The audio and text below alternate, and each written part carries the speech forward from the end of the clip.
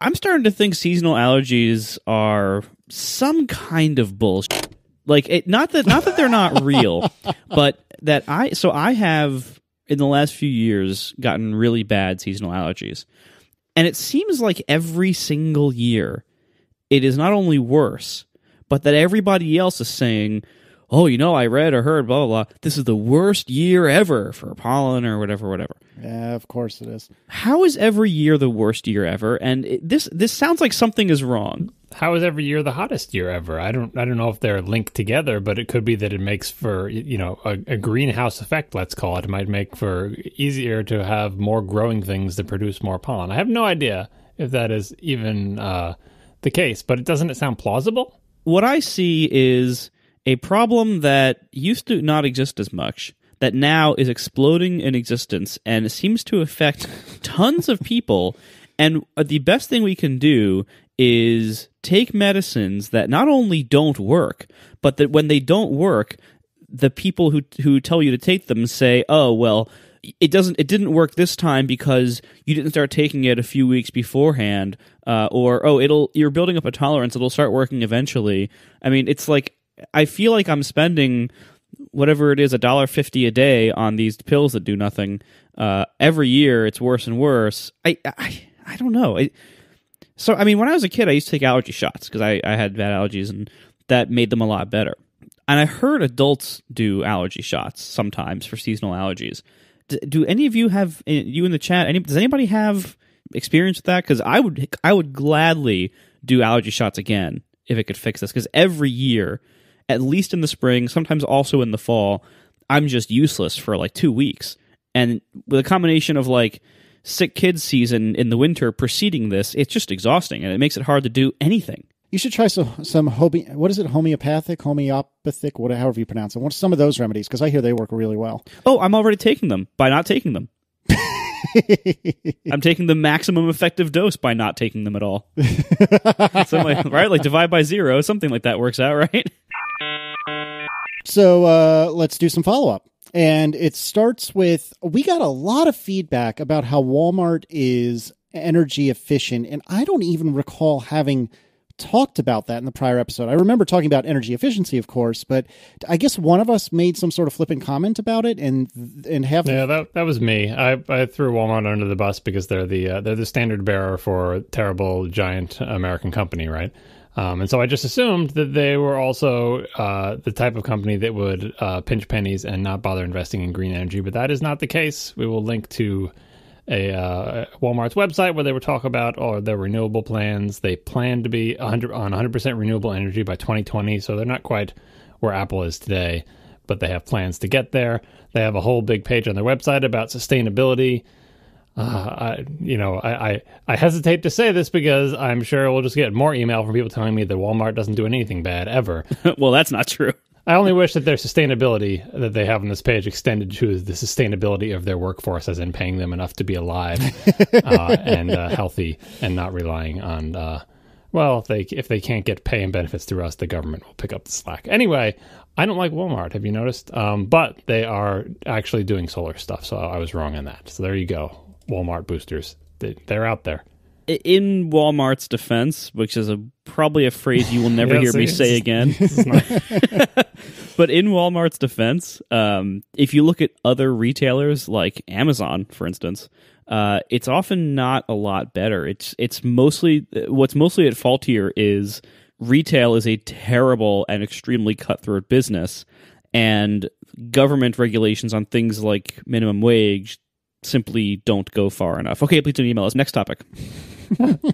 Well, no, I wouldn't call that in Walmart's defense. That would just be saying, like, Walmart does bad things, and also other people do too, and so they're also bad. It doesn't make them any better to find other people who do the bad thing. And we're not going to get into, if, like the minimum wage is like, well, if my competitors can pay their employees this low, and we don't, we're going to go out of business. Anyway, yes, there's lots of blame to go around, but Walmart is far from blameless. But they do put solar panels on the roofs of things, so they've got that going for them. One thing they do, okay. All right, so why don't you tell us about USB ports on the iPad Pro, because apparently we're all confused about it. We are? No, not confused. I was just thinking about it the other day. It's not what you think. It's not like, oh, the USB 2 speeds on the 9.7-inch iPad and stuff like that. What I was thinking about is you've got this relatively huge iPad Pro, the big one, and even the regular size iPad has a lot of room on it. And these days, the only thing on them, now that they've removed like the rotation lock and everything, is like power, volume, and of course the home button and the Touch ID sensor. But then this one tiny little Lightning port on the side, and I was like, well, what's the next step for the big iPad Pro? You got keyboards that you can attach to them. It's got a smart connector on the side. It's got a stylus. And I was mostly inspired by Marco talking last week about, you could always hook up USB things to iPads and iOS devices, and they would just magically work if you could somehow find a way to power them if they didn't get enough power from the port and stuff like that, like the drivers are all in there. So the big iPad Pro, why would you not have actual USB ports on it? I mean, I guess not more than one, because you wouldn't want them to be more powerful than a MacBook One, right? But anyway, why wouldn't you, as opposed to having like a camera adapter and all this other stuff, like, or I'm going to say an SD card slot or whatever, but there's just so much freaking room on the big iPad Pro. But as far as USB connectors, Apple is painted itself into kind of a corner with the Lightning thing, because the practical reason why you wouldn't put USB connectors on the iPad is if you did put them there, they'd be USB Type-C, and USB Type-C looks a hell of a lot like Lightning, and I can just imagine people jamming their Lightning into the USB-C ports or vice versa, and that's like a nightmare as a usability. I mean, how could you distinguish between those two ports? They are different sizes, physically speaking, and probably the big one can't fit into the small one, but I don't think that's the reason. Well, right, but I mean, I think it would be a natural evolution of especially the very big iPad Pro to have actual USB ports on it eventually, right? But I don't see how that can happen when Lightning looks so much like USB-C. So I wonder how Apple will square that. And if the answer is, we're never going to have more than a Lightning port on that, I'm not entirely sure that's the best long-term answer if they really want, especially the big iPad Pro, to become more and more of a viable laptop replacement. Ultimately, there are so many reasons why you can conceivably think of why Apple would not be putting USB ports on iPads and iOS devices in general. But why wouldn't you put it on the big one long term? Like, I understand obviously why you're not going to put it on like most of the iOS line, but when you get up into something that's so big that it's so obviously not intended to be just a slip it into your bag type of thing, but it's the size of a laptop. Why does that not get one, I guess, Thunderbolt 3 port or whatever? Because there's so much you can do.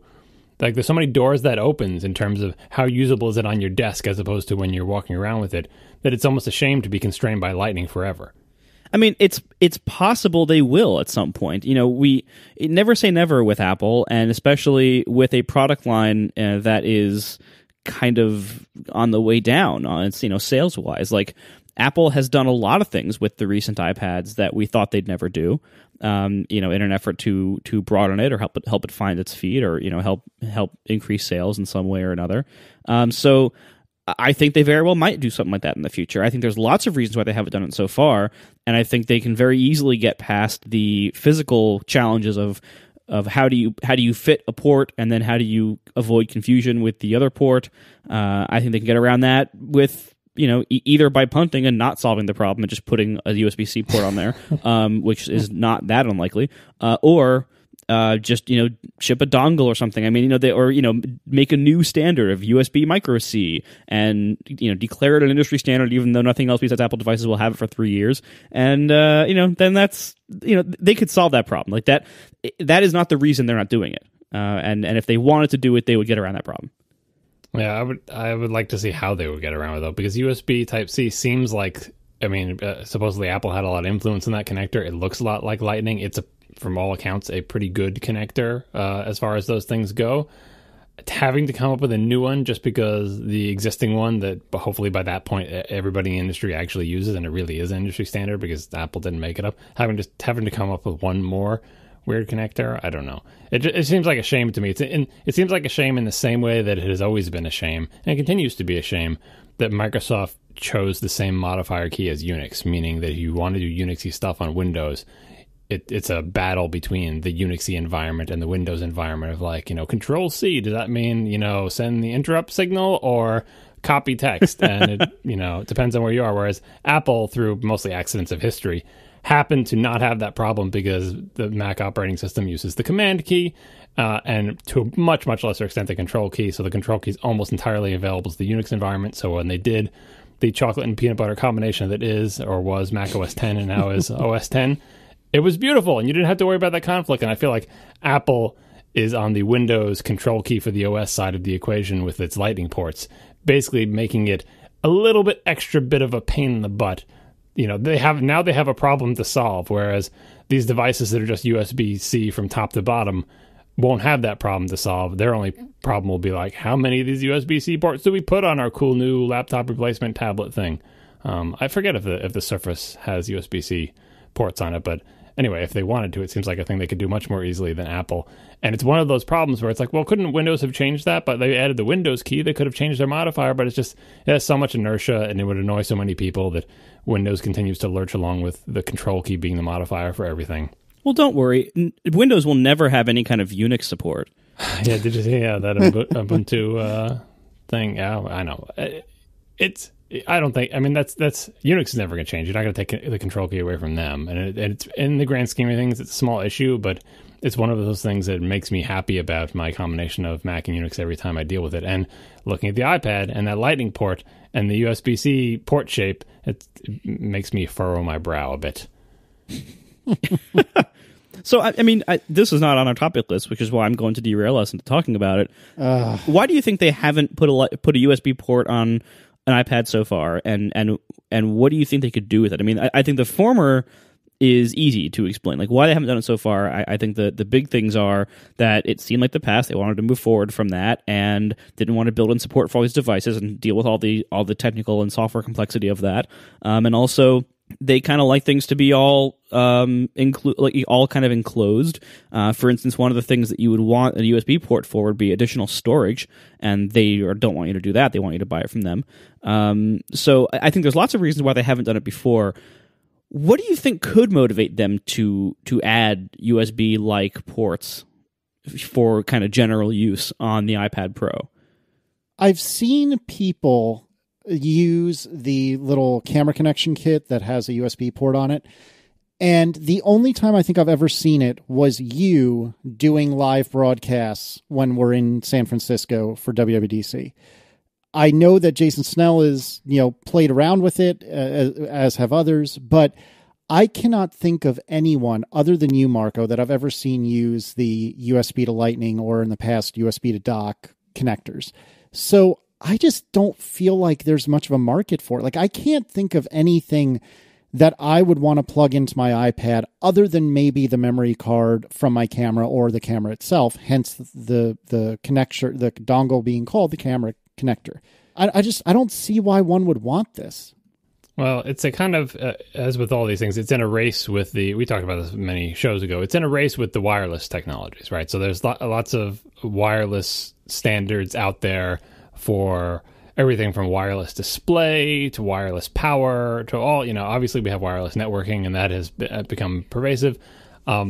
So it really kind of is a race between the eventual need to do some of the things that USB does on tablet type devices and how long it takes for all those wireless standards to become to reach their Wi-Fi moment where they finally become good enough for general use and they just spread everywhere. Because no one loves wires. Like, if you could have I love wires, wireless display and wireless storage and wireless power, so you just come up to your desk with your laptop and put it down and your big screen in front of you turns on. Like, of course, who wouldn't want that, right? I mean, especially for things like monitors that you plug into the wall. It's not like you have to recharge the batteries in your monitor. The monitor would still be plugged in. You just didn't have to deal with it. Anyway, we're not there yet, obviously, with those. But so setting that aside, and the fact that could swamp all of this, the reason you eventually want something like USB on the big iPad or whatever is, I mean, it's the same reason they added a stylus, right? Or they made the big version. They're extending the capabilities of the device, or multitasking with the split screen. They want people to be able to do things with these devices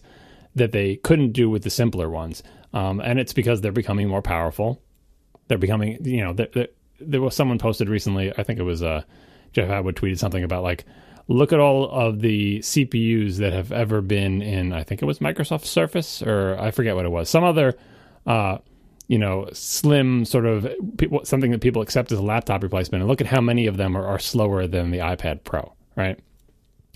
If the top end of technology in terms of computing power is not growing as fast as it used to, and we'll talk about Intel's tick-tock stuff later in the show, eventually these things that are historically lesser devices, laptops and eventually tablets and eventually supposedly phones, will slowly creep up and start closing the gap. And you will be left with a situation where a big iPad Pro can have all the power. I mean, if they just don't update the Mac Pro anymore, eventually a big iPad Pro will have all the power of the current Mac Pro because they'll never freaking update the machine again.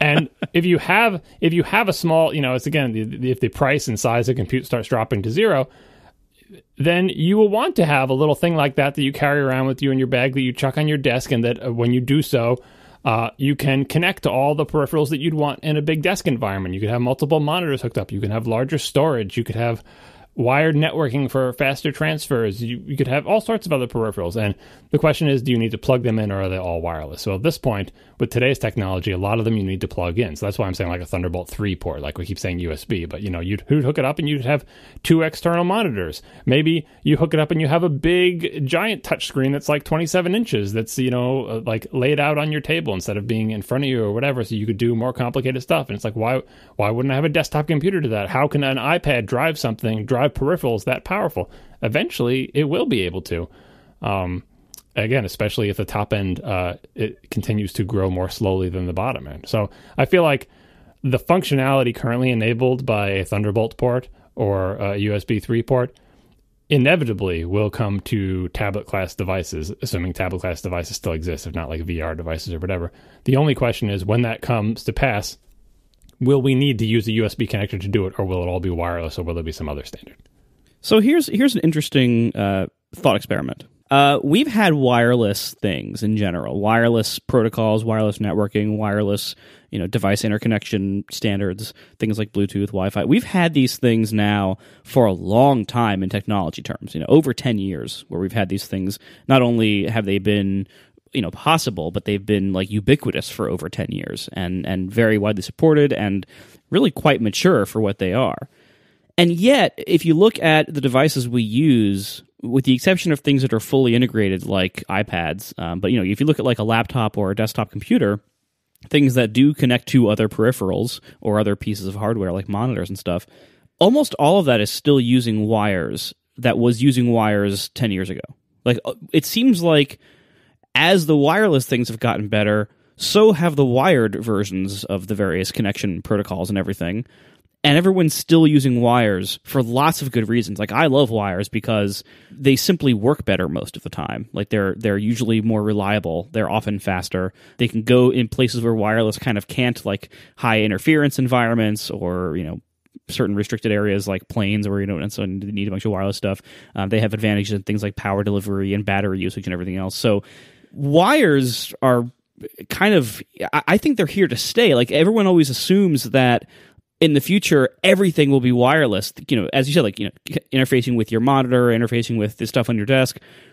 But maybe that's not true. Maybe that's not a safe assumption, because I think we've had long enough now with wireless interconnection things that have been possible, and yet we're still using wires for all these things because they just work better.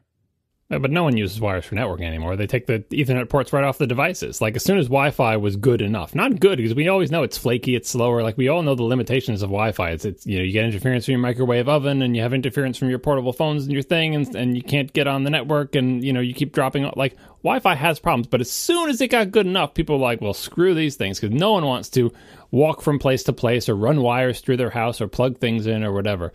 I do all of those things.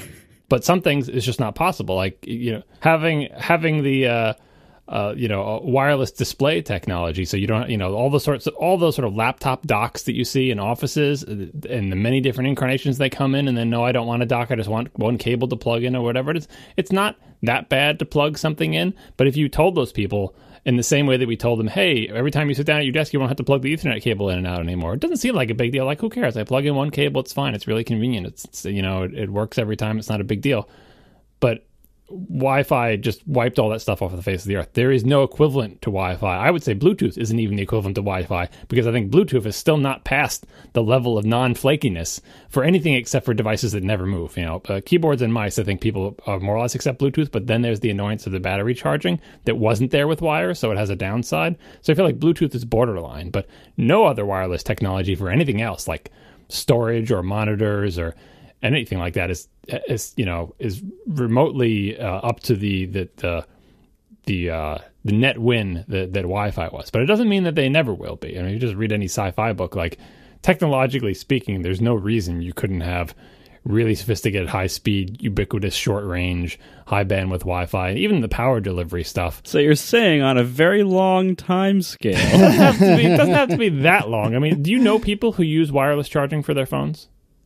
Does that really exist? I mean, like those stupid little pads. Yeah. I mean, obviously, you can buy them for Apple devices too, but most people who use them, I would imagine, use them for some kind of Android device that is not a third-party thing, but it comes with the thing. But I know people who choose to do that. Like, no one's forcing them to use that. They find it convenient that when they come home, they put all their devices on a big pad, or they put it in a little cradle. And it's like, well, if you're putting it in a cradle, if there was a little plug at the bottom of the cradle, would it make a big difference if you plug it in and plug it? They're choosing, and these are not always the biggest technology nerds. It's just more convenient when I don't have to deal with the plug. I just put it on this thing and it charges. It's not great. It's slower. It's not good enough for everybody yet. But the fact that anybody chooses to do it in its current sad, unsupported state shows that there is a desire for it. So I feel like the convenience hooks of all of those wireless things are impossible to resist as soon as they pass the minimum, sort of reliability threshold. And Wi-Fi is the best example, and I think the only one that has passed it, and Bluetooth is on the border. Everything else, it's like, all right, well, keep revising the protocols, and a few early adopters will try it, and then, revise. We'll know when it crosses the threshold, because Apple will have it all over the place, because Apple doesn't want any ports on any of its devices. They don't even want rotation lock switch, for crying out loud. That still drives me nuts. There was no room on the side of the device. It couldn't be a millimeter bigger. Sorry, Casey. We had that empty space for the 4 speakers. They need every millimeter of that empty space. It's impossible to make the device different. They should just have a mute switch bump. I mean, if they'll have a camera bump to accommodate that wide component, they should have a mute switch bump on the other side. Then it could be even. The mute switch is a bump. Like, that's what makes it a switch. It sticks out, and you can slide it back and forth. They'll make it a Touch ID button. You'll have to use your fingerprint to mute. Yeah, it won't work if your hand's wet. Yeah, you know the wet hand trick, though, right? What? No. So the problem with Touch ID sensors that people found as soon as they were introduced is they work fine, but then you go do the dishes, and then you try to unlock your phone, and it doesn't work, and you're annoyed. And eventually your hand's dry, and it works again. All you got to do is wet your hands a lot, and then train it on your wet finger. You can label it as, wet right thumb. And then you will train it on your dry right thumb, and you'll train it on your wet right thumb, and both will work.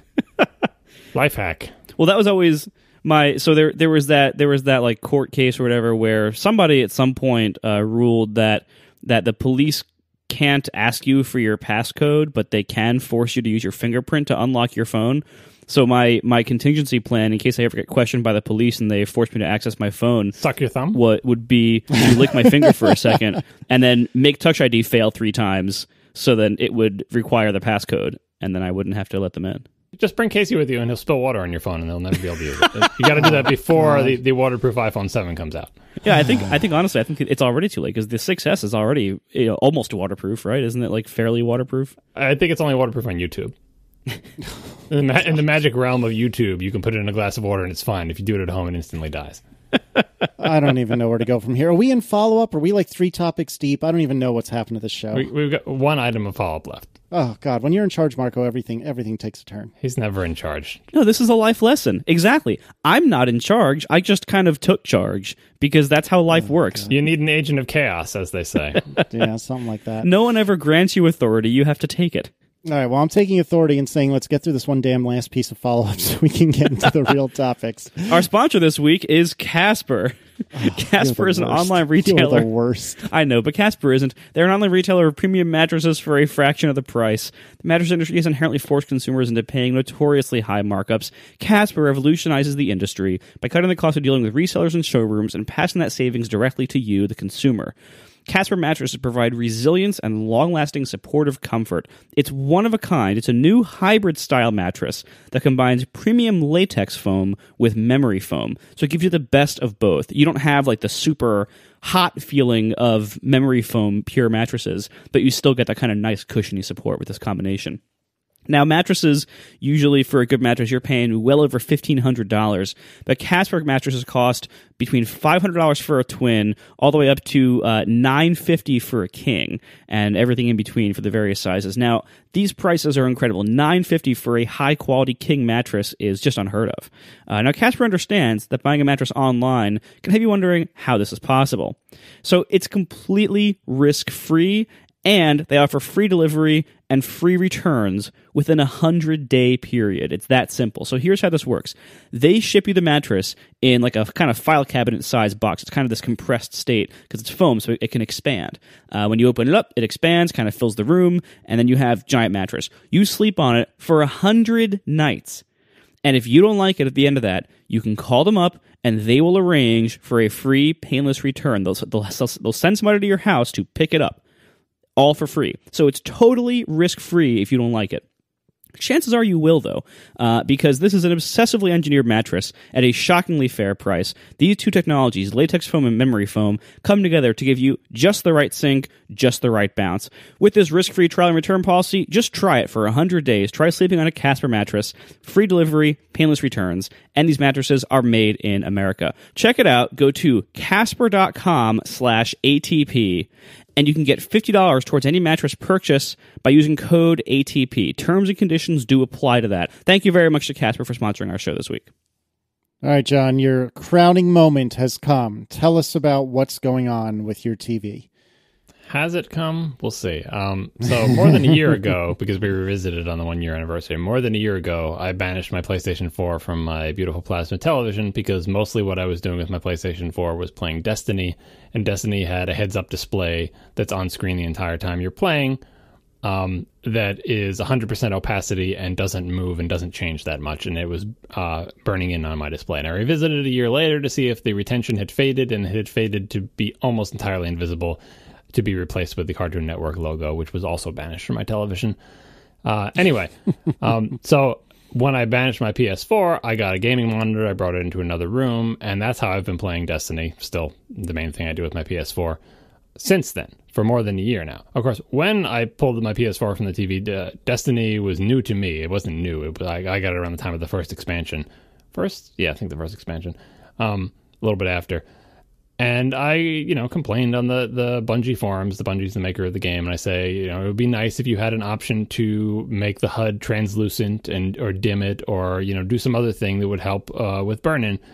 And it was a big thread in their forums, mostly consisted of people who don't own plasma televisions telling everyone who does that they shouldn't anymore because they're bad, and that's why they should get LED televisions. Helpful internet people. It's just a bunch of, kids. Like, they don't understand why anyone would want a plasma television. The only thing they care about is, like, my LCD television, or they always call them LED television, is great. And they get into fights with each other. And it's like, kids, calm down. Like, stop fighting over what TV you have. Like, we need to concentrate on Bungie and say, Bungie, this seems like an easy feature for you to add. Like, translucency seems like it's within your grasp, graphically speaking, on the PlayStation 4 to make the HUD translucent or make it smaller, or, many games do this. They give you options to tweak your HUD, not necessarily for burn-in reasons, usually just for customization reasons, but yeah, it helps with burn-in as well. Well, there is a second option here that they could have done. Just never let you stop playing Destiny. Because then it doesn't matter if it's burned into your TV. It's always showing anyway if you just always play Destiny. If you never use your TV for anything else. It still matters. You would think it wouldn't matter, but it does. And anyway, you got to stop sometime. Destiny is not the only thing I did on my television. Anyway, so the gaming monitor I got is obviously does not look as good as my television. The black levels are atrocious. The response time is better. But anyway, so that's how I've been playing Destiny for a year. And the big thread in the Bungie forums, Bungie has not really said anything official about the topic of other than acknowledging we have heard you about this request, and they haven't said, they didn't promise it. Very Apple-like in terms of vague acknowledgement that the issue has been received, but no promises that it will ever be addressed, let alone what time. So imagine my surprise when here I am more than a year later, Bungie was previewing some of the content they're going to have in the April update to Destiny. And one of the first things they showed was the ability to turn off the HUD. That was mostly the feature they were touting, because people who do movies within the game or take screenshots, you don't want to have the HUD there sort of, making it less cinematic and making it look more like a game. So you can drop the HUD for like nicer screenshots and movies and stuff. But there was also two other options of, full opacity, high and low. Maybe there was a medium level. Didn't really get to see what those look like in the game, but they were there settings-wise. So there will be options to turn down the HUD. I don't know if the low setting is low enough to prevent image retention, but that's not my problem. My first problem is that I spent a year playing Destiny connected to a gaming monitor, and I'm kind of used to it in terms of if I was to go back on the television, I would feel like I'm really far away from the screen, even though, you can do the math that my television screen is much bigger. But the distance-wise, I wouldn't be able to see as much detail. I'm used to being closer to the screen, close enough to like see the pixels, because it's not a Retina display. It's just, a 1080 HD display, just like my television, but I'm sitting like 2 feet from it instead of 8 feet away. And the other thing is, when I mentioned potentially bringing the PlayStation 4 back in, my wife said that she was not for this idea, because that will just lead to more fighting between my son, who wants to play Star Wars Battlefront, and my daughter, who wants to watch television shows. So it's better when they can be in separate rooms, each doing the thing they want to do without fighting over the big TV. So it seems to me that despite my dreams coming true here, potentially the dimming might not be sufficient to prevent burn-in. And the other thing is, and the other two issues are, I'm kind of used to it. I'm sitting 2 feet from my monitor. I'm kind of used to playing that way at this point. And for the harmony of the family, it may be better to keep my PlayStation 4 in here. Now, if they come out with a PlayStation 4.5, as the rumors are, a slightly more powerful PlayStation 4, with that more power potentially being helpful to the PlayStation VR, which I may eventually buy, I would buy a PlayStation 4.5 and connect it to the TV, so we have two PlayStations, and my son and I can play Destiny at the same time, finally. And my wife would probably like that even less, but I would kind of have a quote-unquote excuse. Well, I'm not just getting a second PlayStation. This is the better PlayStation, and where else am I going to put it? We don't have room for another gaming monitor. It's got to be connected to the TV. So this is a complicated situation. By the way, as somebody who bought a PS4 only a few months ago, that really annoys me, that rumor. Well, it's only a rumor now, and the extra power probably wouldn't be a big deal, because it would probably just be for VR, which you'll probably buy anyway, honest. Aren't you going to buy PlayStation VR? Tiff will make you buy it. I would like to see it. I mean, I'm not sure I will buy it, but I think it's at least somewhat likely, just because I don't plan to build a giant gaming PC to try out the Oculus. Right. So this is kind of like the alternative to that for more casual people like me. So I think I would like to see it. Yeah, it's cheap enough that you're like, you know what? Fine. I'm going to give it a try. This is giving it an honest shot. You're not going to be like, oh, it would be better if I had a better PlayStation. No, it'll be what it is. The experience will be consistent, and you can try it out and find out if it's terrible or not. So that's been my plan as well. But I would like a PlayStation 4.5. Anyway, the April update looks interesting. 1-to-1 infusion. I knew I shouldn't have used that Harrowed Anguish of Dristan that I had, 320 drop. That I was just saving it. Like just yesterday, I was like, you know what? I should just infuse that into my 309 Mida. Why the hell not? I know I'm going to lose a lot of points, but pretty soon 330, 335 stuff is going to be dropping anyways. There's no point in saving the 320. Thank God I saved it. 1-to-1 infusion coming in April. This ends the gibberish portion of the episode. Yeah, Casey, is John okay? I don't know. Do you think should we call somebody? Hand on heart, I'm not trying to be funny. I really thought that I had just spaced out and the conversation went a totally different direction. I was trying feverishly to catch up and figure out what the crap John was just saying. And then, he's just talking Destiny again. Never mind. Next we'll have Marco tell us about watch terminology. I can't even. All right. So are we good with follow-up? Any other follow-up, gentlemen? We're all done. Excellent. All right. So I don't recall exactly when this happened. I think it was a little over a week ago, but last episode we were busy talking about the Apple event, so we didn't get a chance to talk about it. Some things happened in the Node.js world last week. Some interesting things. We have a link in the show notes to haneycodes.net, which is sharing my experiences as a programmer in C#.net and engineering manager. And this person, whose name I don't know other than Haney, anyway, they wrote a very quick article or a reasonably quick article about what happened on NPM. And I'm going to take a stab as the summarizer in chief, and you guys can interrupt when you're ready. there was a person who had put up a package called Kik, K-I-K, and a chat app or something like that? The people who run that got in touch with him and were upset that he had a package that I don't think in any way related to Kik the app, had a package that just had the same name. And so they told him he should take it down. He said no. And then I guess they went to NPM, which is the package manager, Node package manager that you use with Node, and they got NPM to take it down. And he then, this gentleman, decided to rage quit NPM and remove all of his packages.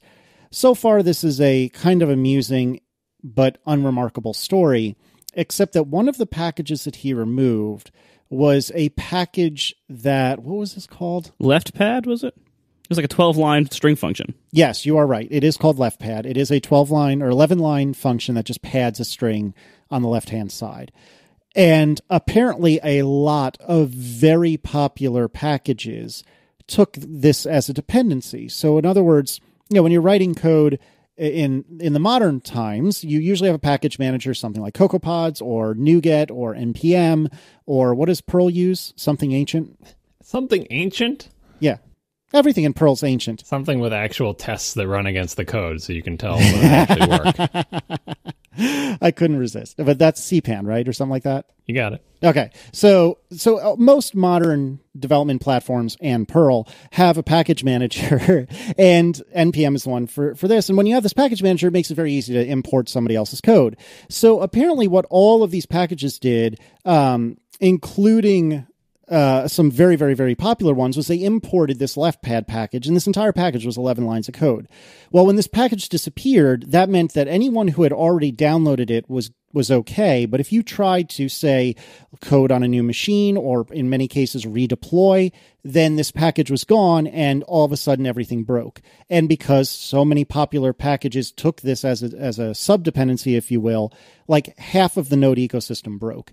And this was really chapping a lot of people's butts, because a lot of the really smug developers, pretty much all of whom were right, said, why would you take an 11-line dependency? Why not just write those 11 lines yourself, or just put them somewhere in your project, somewhere under your control? And there was a big kerfuffle about it. And I, as someone who has written a Node app, which is my blog, and I just recently reran Clock, which is count lines of code, on my blog, and I put up a short blog post about it, which we'll put in the show notes. The entirety of my blog engine, in terms of the things that I have written, is 850 lines of code. Then I did a count lines of code on my Node packages or Node modules folder, and that was 180,000 lines of code. So I'm not really one to throw stones on this issue, but nevertheless, I don't think it's really useful to poop all over package managers and the idea of taking dependencies just carte blanche. It's a bad idea. I don't think that's necessarily true. I do think, however, that taking an 11-line dependency is a bit ridiculous. So, Marco, as chief curmudgeon, when it comes to these sorts of things, what are your thoughts? First of all, I think John might be even more curmudgeonly than me on this, but so you might be right. I'm at least better known for avoiding dependencies like this. And the reason why I avoid dependencies as much as I can is not because I've always been like this. It's because of experiences that I had, mostly during the early days of Tumblr. Lots of things that we used in the early days broke. Lots of third-party components, lots of application layer stuff, infrastructure components that were not very widely used, or were very young, or were not designed to be used at big scales. But most of the problems we had were third-party PHP modules, third-party PHP code written by other people that we imported, so we wouldn't have to write our own functions for things like S3 or image resizing and stuff like that. We had so many problems with this code, especially the frickin' Zend framework.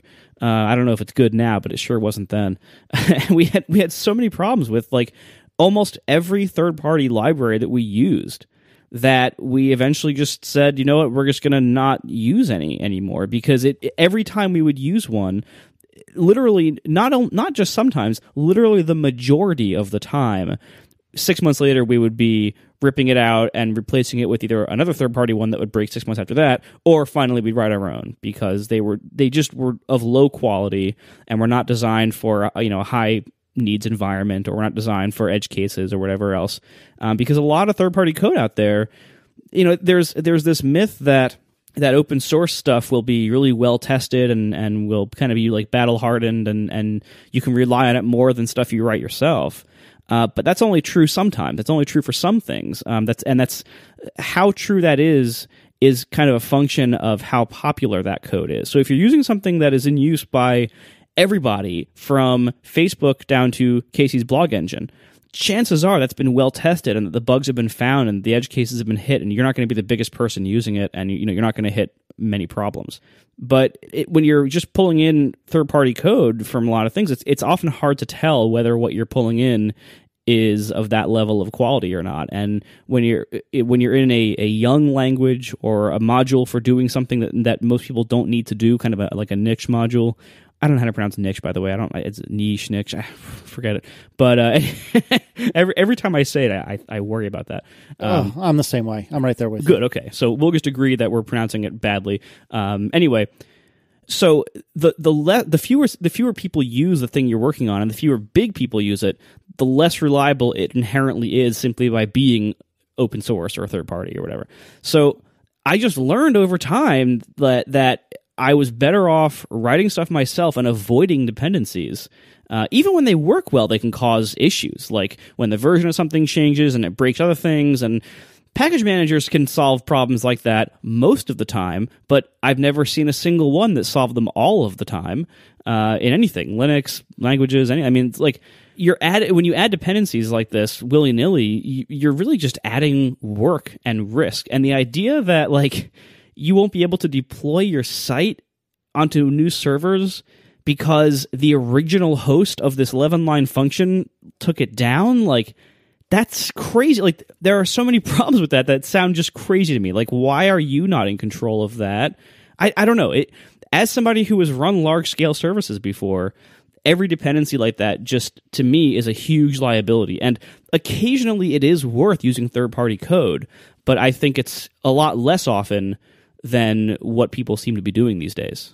Well, everybody builds on top of something. It's not like you're saying, well, I was using the compiler that came with my system, but eventually I learned I had to write my own compiler. I was using the OS that shipped with my servers, but eventually I learned that it's wasteful to try to rely on Linux because you never know what the hell they're going to do and they can break your crap. So it's better to write your own OS. We all go on top of something. It's all just a question of where you draw that line and why. So there's sort of, for most of our lives, been the idea that you're not going to write your own OS and your own compiler. And maybe you're not even going to write your own web server, but if you're writing web applications at a certain point around the web server code boundary, then it's now it's kind of more up for grabs. Do you use an application framework, or do you write your own framework? It was the type of thing where you can write your own web app framework. It's not, that's how all the ones we have got here. It doesn't take a 700-man team to do it. One person can do it. Yep, I did. If you use one of the popular third-party ones, chances, and you happen to be in Marco's unfortunate/fortunate situation of you end up being, maybe perhaps unexpectedly, one of the biggest users of everything that you do because you are tremendous all of a sudden, the compounding growth or whatever. And let me point out, too, Tumblr was not that tremendous when we started hitting these problems. We probably had maybe 100,000 users when all this stuff started breaking. It wasn't that big of a service. Relative to what you consider a scaled or scalable web service, it was nothing. Well, sometimes when people start going to... Facebook is a great example. They were using a similar technology stack, and their solution was throw people and money at the problem to the point where they were compiling PHP into C++ and crazy stuff like that. That's another possible approach, and I don't know if they decided to write everything themselves. They got down and said, we're going to rewrite the language ourselves, and what is that, hip-hop, their replacement thing or whatever. But those I feel like are extremes. I think for the most part, most companies that are doing web development, I don't know if I'm going to say for the most part, maybe it's 50-50, using in-house web frameworks. In the modern era, though, there are so many popular web frameworks that work for so many needs that it's accepted that you're going to build on top of them. I think where there are two places where this silly JavaScript, well, maybe three places where silly JavaScript stuff fell down. One is an area that I'm familiar with because JavaScript is a crap language.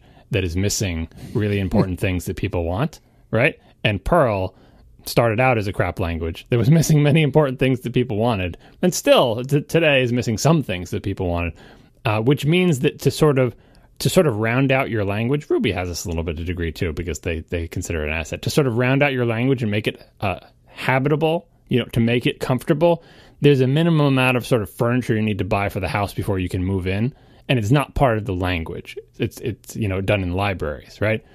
So JavaScript is definitely in that situation, which is why there's all these things that like, CoffeeScript and TypeScript and other things that are like, try to make JavaScript feel nicer. Those aren't libraries, but the same idea that no one wants to just use JavaScript by itself, because even basic things like, say, left padding a string are not in the language or the standard library, where standard library is defined as what you can run in a browser, right? So someone's got to write the stupid 11-line function, right? Not in PHP, they don't. Or, I know, or like the isArray package they're talking about. Like there's the common test that people want to do that's not in the language, that it's easy to write, but it's also easy to get wrong. And it's just kind of like a basic thing, right? So yeah, you don't have to do that in PHP either. Yeah, JavaScript, nor Perl, by the way. JavaScript is in that position. And so that's why these things exist. The second problem is the JavaScript community not sort of having their act together enough to realize, all right, so we have this language that has these gaps. The best way to fill them is not with 10 billion individual dependencies, each of which does one of those functions. Like, as a community, they should have, sort of come together and settled on some much larger libraries that are like, and round out the JavaScript language for me, lib 1.0, right? And maybe there's 7 competing ones of those, but that is much better than, I'm going to do left pad, I'm going to do sane regular expression matching, I'm going to do fake inheritance in a prototype-based language, and, like everyone's sort of just doing the little tiny thing and having a million of those combined. And I think the third failure for all the people who got hit by this bug is people who grew up in an environment where the expectation is that you can run your deploy and part of the deployment or updating or syncing or whatever automated procedure they have that they're all happy with, they're not thinking about the fact that it is connecting to third-party servers to do that. Right. If you're just slightly older, if you're like, maybe 10 or 20 years older than the people who are running into these problems, you would have grown up in a culture like I did where you're building on top of Perl. There are gaps in Perl and you're going to need to the libraries. There's web frameworks. Maybe you're writing your own. You're building on top of some real basics like DBI and LWP or whatever the hell, the sort of core foundational things that most people who use Perl want to do. But if you're in a big, important company, you don't go out to CPAN to get these packages, right? You have your own internal CPAN mirror at your company checked into version control, so you know exactly what the hell you're getting, and nothing anybody can do on the internet is going to change what you deploy. Like, nothing is going to break your stuff based on what's on the internet, and you maintain that mirror, and you sync upstream and downstream, and you control your own destiny. It's tons of third-party software. Like a CPAN mirror, especially back in the old days, was pretty darn big, and it's like, why do we have to have our own CPAN mirror? Like, because you don't want to rely on stuff on the internet, for security reasons alone. Like, so that the idea that pulling something from a repository would break people's production systems, those production systems were pre-broken, not by the fact they were relying on third-party code, not just by the fact that the third-party dependencies were broken down into microscopic individual functions with ridiculous names, but because they weren't masters of their own destiny. No matter what you choose to do in terms of dependencies, you can decide based on what Marco was talking about. Is it reliable? Is it suitable for my purpose? Am I better off doing it myself? Is it a core competency? But like all these sorts of decisions, eventually you're going to do everything. You're going to do some things with third-party code, whether it's your OS or your compiler or whatever, but especially if it's package management, you have to have that stuff in-house. And these days, it is nothing to have a complete mirror of some public repository in your, or just the individual packages you want. Check them into your version control. You don't need the whole freaking repository. The repository doesn't need to be involved in your build and deployment process. Just get the code that you need, and then that code will never change out from under you. If it is suitable for your purpose, it will continue to be suitable until you decide that it's not. So anyway, in summary, whippersnappers. Wow. I don't even know where to go from here. All I will say is that it's interesting that you bring up deployment, because one of the things that I was thinking about when this was all going down was that when I deploy Camel to Heroku, what I'm deploying is just my code, including my my list of dependencies. And just like you said, John, Heroku is then going out to NPM and fetching all of these packages on my behalf. So this very well could have bitten me if myself or one of the packages I depend on was dependent on the one that got pulled. So this is exactly something that I could have run into because of the way I choose to host my site. And I choose to host on Heroku for a variety of reasons, but mostly, like you said, about core competencies. I don't have the time, interest, or desire to be a Linux server admin, and so I choose, for better or worse, to have a platform as a service, and that's what I like. Worse, but fine, but that's what I like, and that's what works for me. That's how I've chosen to do it. And yes, there are ways around this, even with Heroku, but my point is, even an innocent bystander like myself, I am potentially guilty of doing the same thing. That's weird to me that it doesn't really matter, practically speaking, that you're pulling from the internet as you deploy. I don't understand why that needs to be a dynamic part of the process. I feel like that should be pulled down, like the same way you pull something from CocoaPods and now it's part of your application. Every time you compile, it doesn't re-download it from CocoaPods and silently update it to a different version or get it or just you never actually have it. And I know it's more dynamic and just we're all this interconnected web and network connections never go down and I can trust what's on the other side of the network, but I don't understand how you can trust it, honestly. I mean, I don't even, maybe this is another weird CPAN-y thing, but what kind of security is there? If you're dynamically pulling every time you deploy, you're just trusting, you don't even know what the hell NPM repositories Heroku is using and how they might be poisoned with again, it doesn't matter for a personal site. This is not a specific issue. It's just the culture of, it's the same culture that gives you websites that end in .io that implore you to, run curl and pipe it through bash. You know what I mean? It's that kind of culture. It's kind of like a return to the really old days when I was first starting Unix. I've told the story before at BU, all TTYs were world writable. Right? That's how naive they were. It was telnet. There was no SSH. Your passwords were flying in plain text every time you telnetted or FTP'd anywhere. All TTYs were world writable. It was like the free love 60s, right? And that era came to an end. But then fast forward 20 or 30 years, and people are pulling from an unknown website and piping to their shell. Sometimes they'd have sudo in there. It would be like someone just put in the chat room. Sometimes they'd be like, seriously, I'm going to pull from a website and pipe to sudo sh. I don't know. It's a utopian world that has never actually really existed and cannot be recreated by wishing it were true. Oh my God. I didn't realize that websites that end in .io are inherently bad. This is news to me. It's the whippersnappers. It is the whippersnappers. Haven't you seen? You've seen the websites I'm talking about, right? Some cool new technology, and they have a website that ends in .io, and their installation procedure wants you to just run a curl command and pipe it into a shell. No thanks, no thank you. I will not do that. I mean, is it really any better when they had shell archives that you download, like char files, and you just run those blindly? Maybe it wasn't that much better, but I feel like you're crossing a line when the network is involved and you're just blindly trusting bits going over a wire that you're just allowing to execute on your machine that you just pulled off a website. Because it's is it the same as downloading, unknown binaries? Everything is Turing complete. I understand how it's all equivalent and they're not really that different. And it's kids these days, right? But there is a difference. There's a reason we've moved to signed binaries and all the sorts of cryptographic things to assure us that at the very least the application comes from the person we think it comes from and hasn't been altered. There's a reason that has rolled out on phone platforms and to a lesser extent desktop platforms and game consoles and everything like that. And the modern practice of executing arbitrary code pulled from websites in your shell flies in the face of that progress.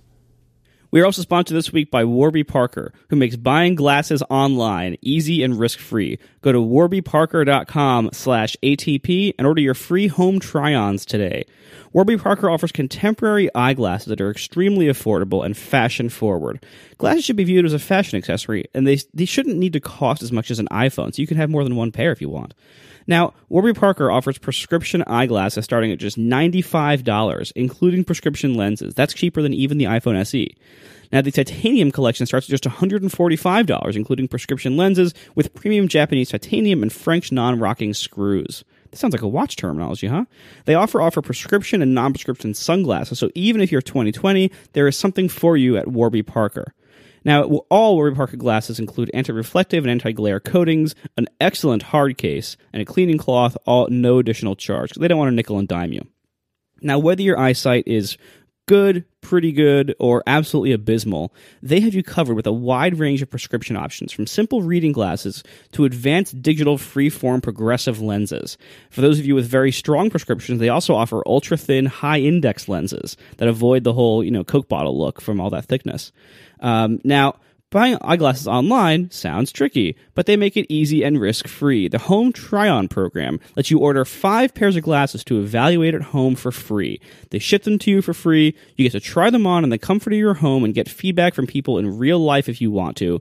You can keep these frames for up to 5 days, then you can send them back also for free with their prepaid return label, and there's no obligation to purchase after all that. If they're not for you, you can stop right there. You spent nothing. If they are right for you, Warby Parker will get started on your order right away, and they can get prescription glasses to you within 10 business days at most, and usually even faster than that. And they also believe in giving back to the world. For every pair of glasses they sell, they distribute another pair to somebody in need through various vision charities. So whether you can use a nice pair of eyeglasses, reading glasses, or even just sunglasses, go to warbyparker.com/ATP to order your free home try-ons today with free shipping both ways and no obligation to buy. Once again, that's warbyparker.com/ATP. Thanks to Warby Parker for sponsoring our show. Just today, the Safari Technology Preview was released, and we'll put the official blog post in the show notes, but basically the gist is this is a separate app that you download via the web and then is updated, I guess, fortnightly via the Mac App Store, and it's sort of kind of a more stable version of the Safari Nightly, if I understand things right, except that it has one important ability, which I don't believe the Safari Nightlies have, or the WebKit Nightlies have, which is it can talk to iCloud. And so if you're like me and rely on Safari and rely on Bookmark Sync and things like that, you can use the Safari Technology Preview. The reason this is a segue from what we were just talking about, though, is that I tried this on my work computer. I haven't put it on my personal one yet. And I immediately went to install the 1Password extension. When I did so, I attempted to enter a password for whatever it was I was looking at the time, and the 1Password extension said, "Oh, no. This isn't signed the way we expect. Thus, this is dangerous. Thus, we don't want you to do this." And that comes back to what you were saying a minute ago, John, about cryptographically signing things, making sure that what you're looking at is what you expect, et cetera. So I just thought that was interesting and good on 1Password for telling me these things, although I couldn't figure out a way to override it, which was a little bit of a bummer. But it still worked really well outside of the 1Password issue. The technology preview worked well. Everything seemed fine to me. I haven't had the chance to kick the tires too much yet, but so far so good. I've really liked it. Have you guys played with this at all? I only have one question. Did all of your plug-in icons all kind of shift over to the right side as you were using it, or did they stay where you put them on the left side of the address bar? Oh, that freaking address bar, even in non-preview Safari, even just in regular Safari, frequently the icons in the toolbar of Safari decide they don't like where they are and would like a new home. And then I put them back. They all just, they end up just all, because I think what happens is if they get updated, I think they lose their spot and they always get added on to the right side. So I like a balanced bar. So I have 4 of these buttons that go in the address bar from extensions. I like to put 2 on the left, 2 on the right. And they always end up just having all 4 on the right after, within a few weeks. Yeah, it's not good about remembering where you put things. In the grand tradition of the modern Apple, they will let you rearrange things sometimes, but they will not respect your rearrangement. The only place I can say that isn't true is to the credit of iOS. Springboard is usually pretty good about not moving your crap. Not 100%. There's every once in a while something will bump out of place, like if you do an OS update and it adds an unmovable, undeletable Apple app and it'll bump your things around or whatever. But it's pretty good. But anyway, Safari toolbars, yes. Yeah. I have experienced that. And like I said, I experienced that not in the beta, not in the nightly, but just in the regular stable one. Not even during updates. And I usually blame like weird iCloud syncing. Like it loses track of things and it's trying to notice that I added an icon somewhere 6 years ago on a Mac that's no longer in service, but there's some state on some server somewhere inside Apple that wakes up once every 3 months and spews a bunch of XML towards or property lists towards my various Macs and perturbs the icons. But how am I supposed to pin cute dogs to Pinterest if I can't find the Pinterest button in Safari? Yeah, that's a problem. Bind them to key shortcuts. But the most important feature of Safari Technology Preview, still unmentioned. What is the most important feature? Oh, the clipboard thing, so you can get rid of Flash? No, it's got a purple icon. Come on. This is the whole reason anyone would ever... Why would I want to use this? Well, it's purple. Purple is better than blue. And definitely better than nightly, which is gray. Actually, that's... the purple icon is actually, I do like it. I do like it better, and it does look neat, and it's a reason you might want to try it. But it highlights the one disappointing thing for me about it. I would have preferred the Chrome system, where you can just sort of tell Chrome, go on the beta channel or whatever. You only have one installation of Chrome, and you just say, but Chrome, update yourself from the beta channel instead of the regular channel. And the reason is Safari is still my default browser, and I realize that I'm pretty much never going to use the Safari Technology Preview unless I sort of disable or make inert the standard one so that the preview can sort of take over as my default browser. But I don't really want to do that either. Like I would prefer to just have one Safari and switch it back and forth from should I be pulling updates from the beta thing or not. But this is certainly better than it was before, because I never really ran the nightlies for the reasons that Casey covered. That it wasn't signed by Apple, so you couldn't have the iCloud connection and everything. So this is a step up, but I don't really want to run 2 copies of Safari, and I don't want to have to zip up the old one. And I'm not entirely confident that even if I tell the OS that my default browser is this one, that the other one isn't going to launch on its own. I don't know. Maybe I should give it a chance. Maybe I should try using the purple one for a while and see if the blue one comes back to life zombie-like unless I zip it. But anyway, lots of good new tech in, like Casey mentioned, in the new one. A bunch of Shadow DOM stuff, ECMAScript 6, which is a slightly less crappy version of JavaScript. So much hate. Yeah, the copy and paste, not paste, sorry. The cut and copy commands, which is great. And I love that they highlight, this is the only reason anyone still has legit reason to run Flash, because it's the only way to get stuff onto the clipboard. We do it at work, because sometimes you just want to have a link that you click that copies something into the clipboard. And having to run Flash for that has always felt gross. So another browser supporting it natively is good. But anyway, purple icon, thumbs up. Another interesting thing here, I'm going to read you the entire cut and copy portion because it's very short. Programmatic cut and copy to the clipboard. It's now possible to programmatically copy and cut text in response to a user gesture with blah and blah code. Having this ability may eliminate some websites' last need for the Flash plugin. So yes, I love the dig on Flash, but when I tweeted about this earlier, a handful of people were like, oh God, people are just going to start pasting things in on me, or they're just going to start copying what's in my clipboard. What is this going to mean for 1Password? And everyone was, a few people were getting very upset. And I think it's important to note, one, that this is read only, or excuse me, write only. 2, it's in response to a user gesture. And 3, I'm very curious to hear what that gesture is. Is it that it can only be on like a click handler or something like that? Is it something more explicit? I'm not sure. But nevertheless, I think this is a really good thing. And it's already I think Chrome already supports it. Like other modern browsers have ways to get things onto the clipboard without Flash. Right, so Safari's not the first one to implement this feature. And yeah, the security, it's useless for, even in response to a gesture, like everything can be used to exploit eventually, with some sort of buffer overflow or whatever, but they can't websites cannot get at what's in your clipboard. All they can do is take their crap and put it there, which could still be annoying, like those stupid things, when you try to copy and paste text and they put the little attribution line next to it, like we've all seen that one. That, it can still be annoying to put stuff into your clipboard, but annoying websites are always going to be annoying no matter what. And so if the website does that, you just won't go back to it, or we'll just deal with the annoyance. But they can't, if you copy sensitive information and go to a website, this feature does not allow the website to get at that information in any way. Yep.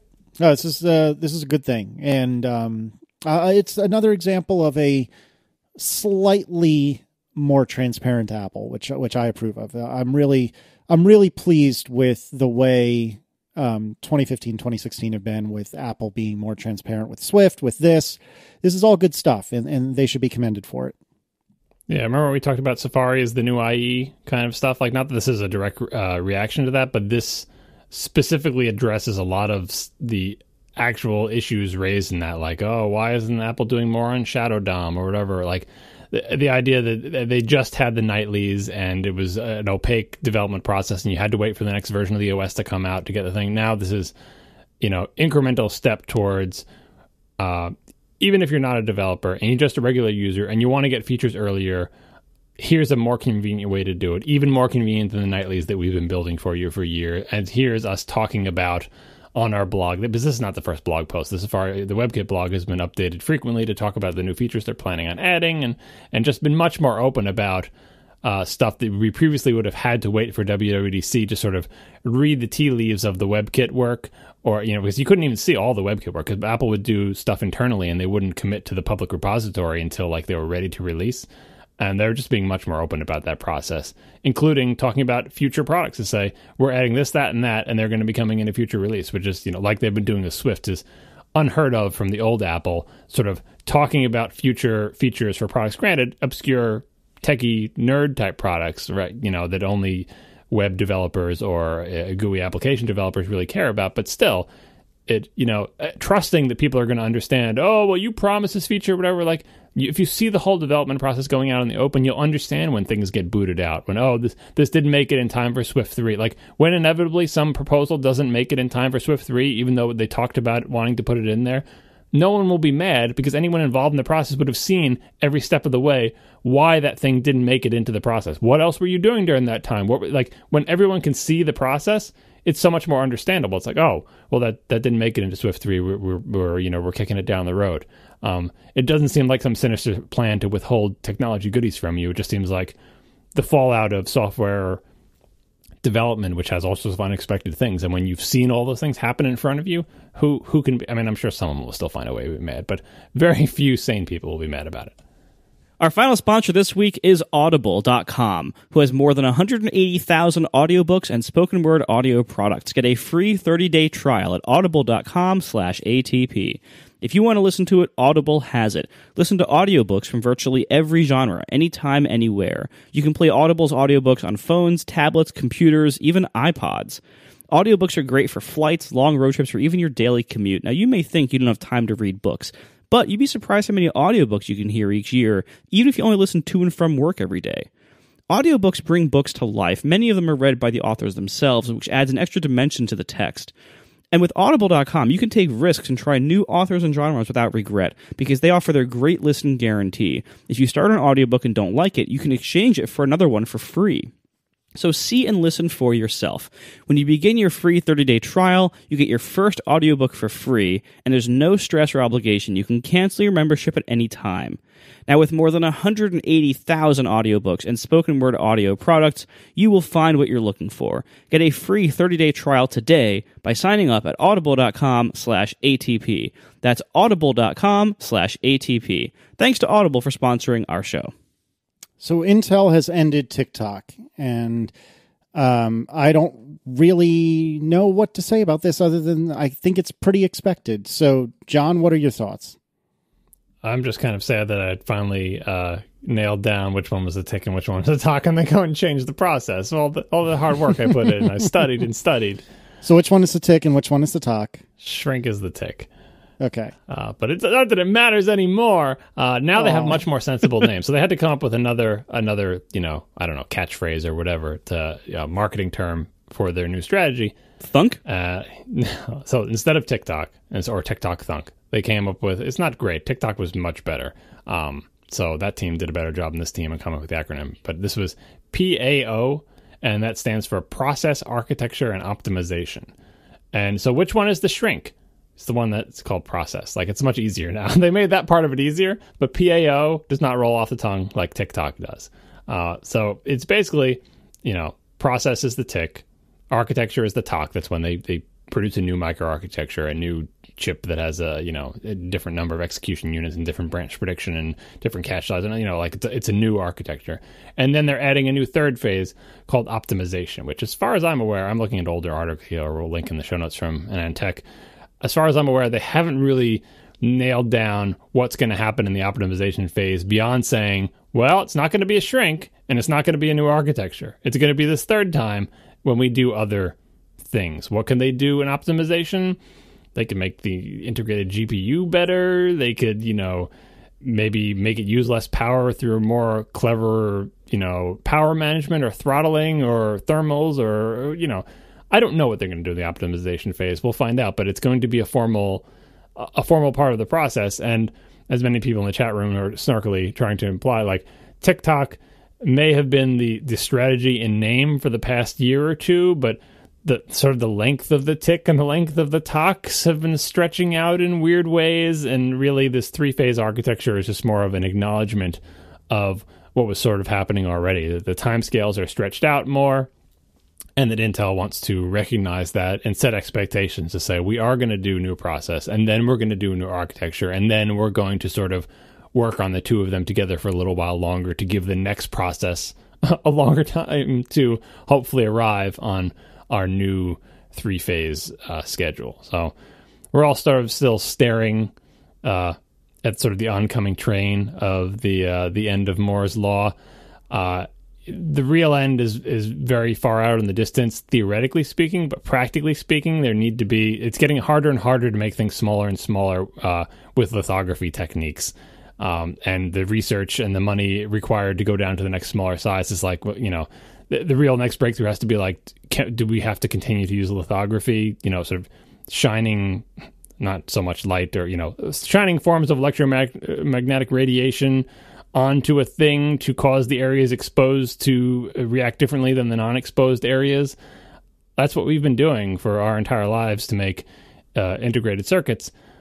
I don't know what's next. Assembling transistors out of individual atoms or weird technologies that, in the, sort of the R&D realm, you can definitely make things smaller that way, but you can't make them at scale. And so there's this sort of general research gap. But anyway, Intel plows bravely forward, and the last show we talked a lot about Intel missing their dates and holding up Apple's things or whatever. But the bottom line is they're still ahead of all their competition in terms of their process, how far along they are at different process sizes. And that continues to be an advantage for them. And maybe they'll be the ones to make the next step before everybody else because they're putting in the time and energy and they're already ahead of everybody else. So you can't really be picking on Intel too much because they are sort of at the bleeding edge of this. But if there is a wall out in the future, Intel may just get to it first and then everybody catches up with them, and then Intel's advantage is gone. So stay tuned for the ATP episode in 15 years when we revisit that topic. Oh, goodness. I can only hope. All right, so speaking of Intel kind of falling on its face, and speaking of really crummy and loose segues, the Oculus founder said that the Oculus Rift, which was shipped in the last day or two, right? Anyway, the Rift will come to the Mac only if Apple, quote, ever releases a good computer, quote. Maybe that's all Intel's fault. So what's going on here? By what metric is Apple not releasing a good computer? I mean, I hit on this a little bit last week. I mean, the main thing is that the Oculus requires a pretty intense graphics card. And over time, more pedestrian ones will probably be able to drive it just fine. But right now, it's so cutting edge and it has such high graphical needs that it requires a really, really high-powered graphics card. And there's only a handful in the PC world that are good enough to do it. And Apple ships none of those in any of their computers. The only computer that could even come close would maybe be the Mac Pro, but the current Mac Pro is 2.5 years old or so, and has fairly outdated GPUs as a result of being so old. But I think we covered this a little bit last week, so I don't want to go too far into it now, but I think the short version is that there's a few problems here, most of which Apple doesn't appear to care about. As I'm sure John will discuss in a second, I don't think Apple cares that much about games on the Mac, but, Apple has so far for a long time now tied their updates to Intel's updates. And as we discussed, as Intel's cycles have been getting longer between major updates to their CPUs, that has also stretched out Mac update cycles. And Apple's habit, as discussed last week, of skipping some processor generations that Intel gives them for their lower volume products like the Mac Mini and the Mac Pro, and even some of the laptops these days. For their strategy, Apple's strategy for skipping some of the things that they could use, kind of like holding off till better ones come later, that's also working against them because, again, as the Intel generations have gotten longer, we now have like a situation that we have today with most of the laptops where we're sitting around waiting for the Skylake revision from Intel to come out in quantity so that Apple can ship the new MacBook Pros. And meanwhile, the ones you buy today have something like a 3-year-old CPU in them. So something here has to change. Either, well, I hope something has to change. We'll see if it actually does or not based on Apple's actions. But obviously, Intel can't deliver new generations of chips any faster. We're seeing that. We're seeing that they are slowing down in their rate of being able to deliver these things because just everything's getting harder. So Apple needs to either be okay not getting these markets and be okay selling 3-year-old hardware in Macs, brand new today on a regular basis, or Apple has to stop skipping Intel generations, which would generally cut their product cycle time in half because they tend to skip every other generation on some of these products like the Mac Pro. Or Apple can start issuing updates to products even when there is no new CPU to use from Intel, which they have occasionally done, but it's not a routine thing for them. Any of those things could solve this problem. Also, then you have the issue of like, even if they kept their products more up to date, what products does Apple sell that could accommodate the size and thermals of a high-power GPU? And it's basically like 1.5. It's like the Mac Pro for sure, and then maybe the big iMac, depending on the cooling requirements and everything. And you basically have 2 Macs that Apple could plausibly put really high-power GPUs in, and both of those are probably pretty low-volume products for them, especially the Mac Pro. So it just seems like Apple doesn't really care to address this market, which I think is unfortunate because I wish Apple had a little bit more hunger in attracting people from PCs than they seem to. But with the exception of the whole iPad stuff, but that's a whole different thing. But I do wish they would solve this more often because I think it would make Macs better also. And if Apple ever has VR ambitions, this will hurt them as well. But for now, this is the situation we're in, and we'll see if any of those factors change. Yeah, Apple's attitude towards these things has been frustrating. Like a couple of years ago, I wrote something on my blog asking for the cheese grater that hadn't been updated in forever. Back when the show just started, that was one of the reasons our icons was the old cheese grater with the sarcastic new label on it because they introduced a new Mac Pro that was barely new, and it's like, are you ever going to update this? What's the deal? And I was asking for them to. Is there anyone left at Apple who really cares about high-performance computers? No, they're not going to make a lot of money for you. No, they're not going to be high volume. It doesn't matter in the grand scheme of things. But if you are computer enthusiasts, isn't there someone there who really likes fast, great computers? Just like the example I use for Halo cars in the car industry, where lots of car companies make a car that's probably going to be a money loser for them. Just because car companies are filled with people who love cars, and people who love cars tend to love fast cars and beautiful cars, and so they make these cars that are just, you might look at them as a boondoggle. Like, you spend all this money on R&D, it's got all these custom parts, no one's even going to use this thing, and it's weird and finicky or whatever, but you make it because you love cars, right? And they did that. The 2 Mac Pro, you may not agree with their vision, but you can't say that they just kind of punted it and just like, oh, here's another tower computer. They had the vision of this crazy tube-shaped computer, like that this was their vision of high-performance computing, and it had these, at the time, fairly powerful video cards with 12 gigs of VRAM, which was unprecedented shipping stock on a Mac, and it was, it was interesting and innovative on all fronts. Was it a good supercar? Was it a good Halo car? Well, maybe not, or whatever. But then you can't go and then just let that sit there. Like, nah, you just lose interest, right? Because that's sort of like on again, off again thing where it's like, we love high performance. Here's an amazingly expandable Mac that looks like a cheese grater, and it's easy to open up, and you can swap the RAM, and we'll update it frequently, and you can put in different video cards, and it has slots, and look how easy it is to take in and out the drives, and the first one can only do 2 drives, and now this one can do 4, and it's even easier to get the drives in and out, and they made a water-cooled one. Like, it seemed like they were on that bandwagon for a pretty long time, and then they lost interest. And then they came back and were interested, and then they said immediately lost interest again.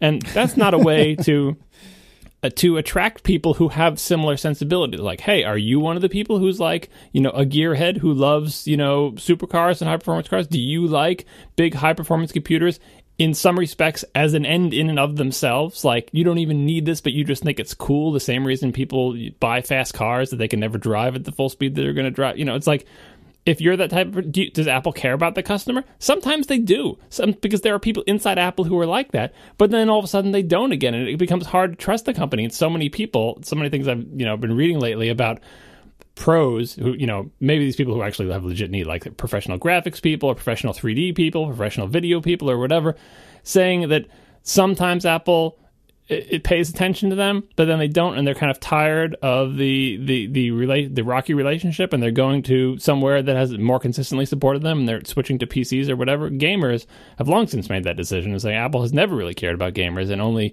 incidentally when they shipped machines where it was easy to swap video cards, could you buy a PC video card, flash it for your Mac, shove it in there, and then boom, you've got a Mac that is actually a really good gaming PC as well. That's part of Palmer Luckey's complaint here. The quote I put in the notes about this is, you can buy a $6,000 Mac Pro with top-of-the-line AMD FirePro D700, and it still doesn't match our recommended specs. Like, it doesn't even meet, like, here's what we think you should have for the Rift. A $6,000 Mac Pro doesn't meet it. Like, maybe, when that $6,000 Mac Pro was introduced, it would have been a reasonable thing. Like if Oculus had come out then, their minimum spec may have been lower, like lower resolution or whatever, lower target frame rate, whatever the things are. But nowadays, it's the same computer. It's still $6,000, and it's still got the D700 in it, and the world has just moved on by leaps and bounds. Even when it was introduced, in this case, the D700 was not a gaming-focused card. So even when it was introduced, there were gaming cards that were way faster, right? But now it's just ridiculous. But the price hasn't gone down, right? The whole Apple thing of like, we will continue to sell the same computer for the same price for 3 years, while the rest of the world moves on, which you can get away with in some markets, but if you're going to do anything in sort of the high-end pro, super powerful or whatever, like, I just wish the Mac Pro, whether it pays attention to gaming at all, I just wish the Mac Pro would be the best, fastest computer in the world at something for any sustained period of time, because I feel like that is entirely possible. Fine, make it the best computer for running that weird, painting 12 megapixel textures in real time onto models thing they demoed at WWDC for Pixar and everything. Make it the best computer in the world for that, for more than 15 minutes. Like, it doesn't even have to be games, but I think it should be something. And it's sad that they've been neglected like that, and it's sad that in this case, Apple is completely missing out, as far as we can see on the outside, on the entirety of VR, which, who knows? I really hope Apple has all sorts of VR projects internally, and they decided it's not ready or not interesting, or the form it's taking on PCs, they're not interested or whatever. But they're not allowing people who buy even their highest end computers to participate in it, even speculatively. So it's kind of depressing. And the final point is, with the whole Palmer Luckey slamming the Macs, I think he's slamming them with reason, but it doesn't mean that you need an amazingly powerful graphics card to do quote-unquote VR. You need it for the Oculus Rift, which is a particular VR product, but as we talked about earlier, if you have a PlayStation 4, you can get PlayStation VR for a couple $100 extra.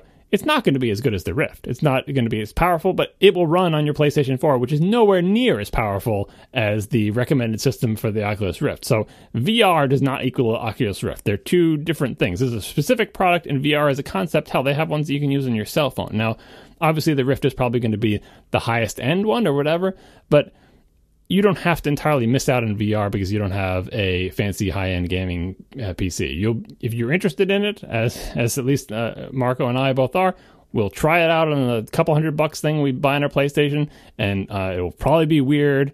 And it's the very first consumer release of this technology, so inevitably 10 years from now we'll look back on this VR and think either it's ridiculous that we even considered VR to be a thing, or look back at it and look at how incredibly primitive it is compared to what comes after it. So we'll link to that piece in Polygon, to basically saying your Mac is fine for VR, just not for the Rift. Which again, it's high-end versus capability. Like, I want some Mac somewhere to be the best computer in the world for some demanding computational function, because I'm into fast computers. That's why. Like, I don't feel like I need any way to justify it like that. And I wish there were more people in Apple that had the same attitude. Yeah, and it isn't just about gaming or VR. Like, even if VR doesn't take off, or even if you can disregard gamers as a market Apple cares about, lots of Apple software, or software that Apple customers would have run, can make use of the extra resources of a well-equipped Mac Pro. The Mac Pro is the only computer in the Mac lineup that can have more than 4 cores. And as discussed previously, much to John's chagrin, I run a utility in my menu bar called iStat Menus. Me too. That uses up all those cores. It shows me when my cores are in use and by what.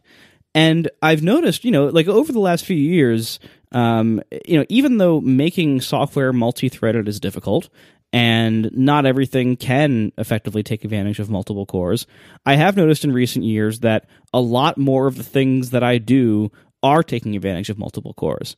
And there's lots of, and even stuff that a lot of people would use, like Apple's Photos app, for instance, or any kind of heavy photo workflow, Lightroom, Photos app, Aperture. If you do any kind of video stuff, of course, that'll use it too.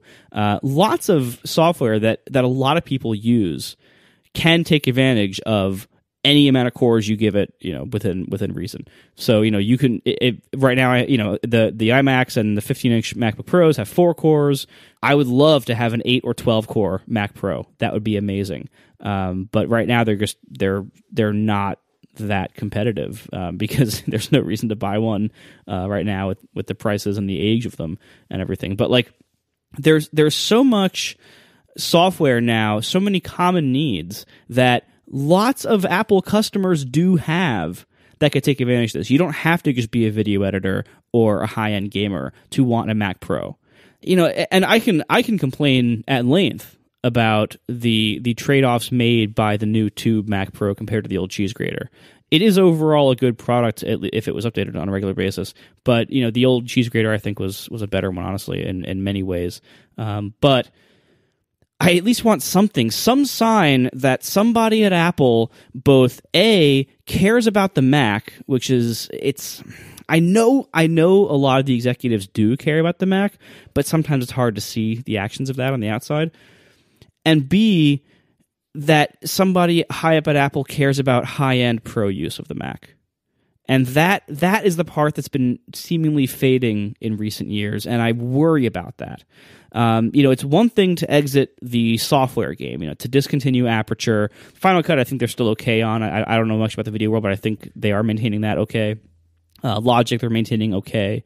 Even if Apple starts slacking off on the software side of addressing the pro market, it worries me greatly when they start ignoring the hardware side, because like the software side, we have good alternatives. If Aperture went away, well, we have Lightroom, and we have the new Photos app.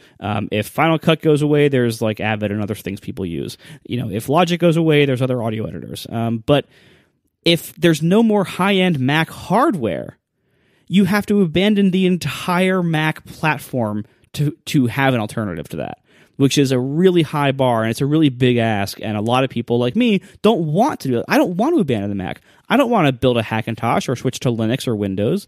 I want to keep using Mac OS. And Mac OS was designed incredibly well and incredibly well architected to take advantage of incredibly high-end hardware that Apple just doesn't really sell anymore. And that's kind of sad. Well, the OpenGL stack is not great, but aside from that, yeah. I mean, I think you make a decent point, Marco, but I also don't think we should be throwing in the towel quite yet. I mean, I would agree that they don't update things like the Mac Pro as frequently as anyone in the world but me would want. I'm perfectly happy with them not updating it, but every 10 years, so I don't have to go through another one of those months of this show when that's all we talked about. But in all seriousness, I don't think that we should be too disgruntled or sad that we haven't seen one in admittedly a fair bit of time, because presumably this will get fixed, and it will get fixed soon enough. And I don't blame you for being grumbly about the pace with which they're refreshing the Mac Pro, but it's got to be coming. I mean, it has to be, and presumably soon. I hope so. That sounds like exactly what we were saying when the cheese grater was over. Like, well, but they've got to update it eventually. Yeah, and then eventually we enter the second phase, which is like, maybe they're never going to update it again. Maybe they're just going to stop selling Mac Pros. Like, that was the headspace we were in around about the time that the Tube appeared, was we were seriously considering, well, Apple really has a consumer focus lately, and they're all about the iPhone and the iPad, and do they really need the Mac Pro in their lineup? Not really. Maybe they feel like they can get away. Like, maybe they just won't make any more Mac Pros, and then they came up with the Tube. And like I said, you can argue about whether the Tube is the correct vision for high performance computing, but you can't say they skimped. You can't say they just gave you a watered down iMac in a tube shape. Like, that thing was a Mac Pro through and through, with their vision of a whole bunch of ports on the back of the thing and circular, and two huge video cards, not one huge GPU, but two huge GPUs in one of them, and their technology for using them for compute, as also using them to drive the graphics and the enclosure. And like, it's not the same vision as the cheese grater, but it is a high performance vision. And it was exciting to see that, I think that was actually the Schiller can't innovate my ass thing, right? Like, yep. Can't innovate anymore, my ass. That was legit, you could be crowing about that, and again, like, you could just disagree about their vision of the product, but you can't say that they were skimping and were afraid and were just kind of like dipping their toe into high performance computers. They wanted to make the future of high performance computers, but it was just been so painful to see that thing land and then just nothing for so long, especially since when that landed, as we discussed much on the show, what Marco and I wanted was, what was I calling it back then? The quad 27-inch display, right? And we knew this thing couldn't drive it, right? And it was like, well, but this is the first one, it can't drive it. Maybe it could drive it. No, it can't quite drive it or whatever. But, it's not the one that we want, but okay, maybe the tech's not ready for it. But surely the next one will do it. We didn't think the next one was going to come 3 years later, We thought, yeah. And in the meantime, we both got 5K iMacs. Well, my wife did anyway.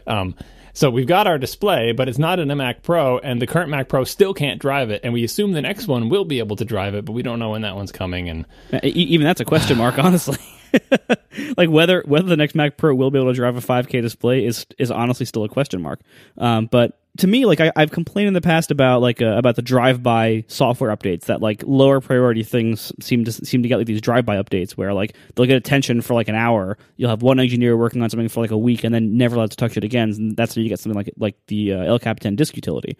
It seems like the Mac Pro, from what we know so far, and maybe Apple's about to prove us all wrong on this. I hope they are. But from what we know so far, it seems like the Mac Pro update to the Tube was a drive-by hardware update, where they were ignoring it seemingly for a long time, and then they had this great update that again, I can complain a lot about what they did to it, because I think they made it a lot more narrow, and a lot more expensive than what it was before.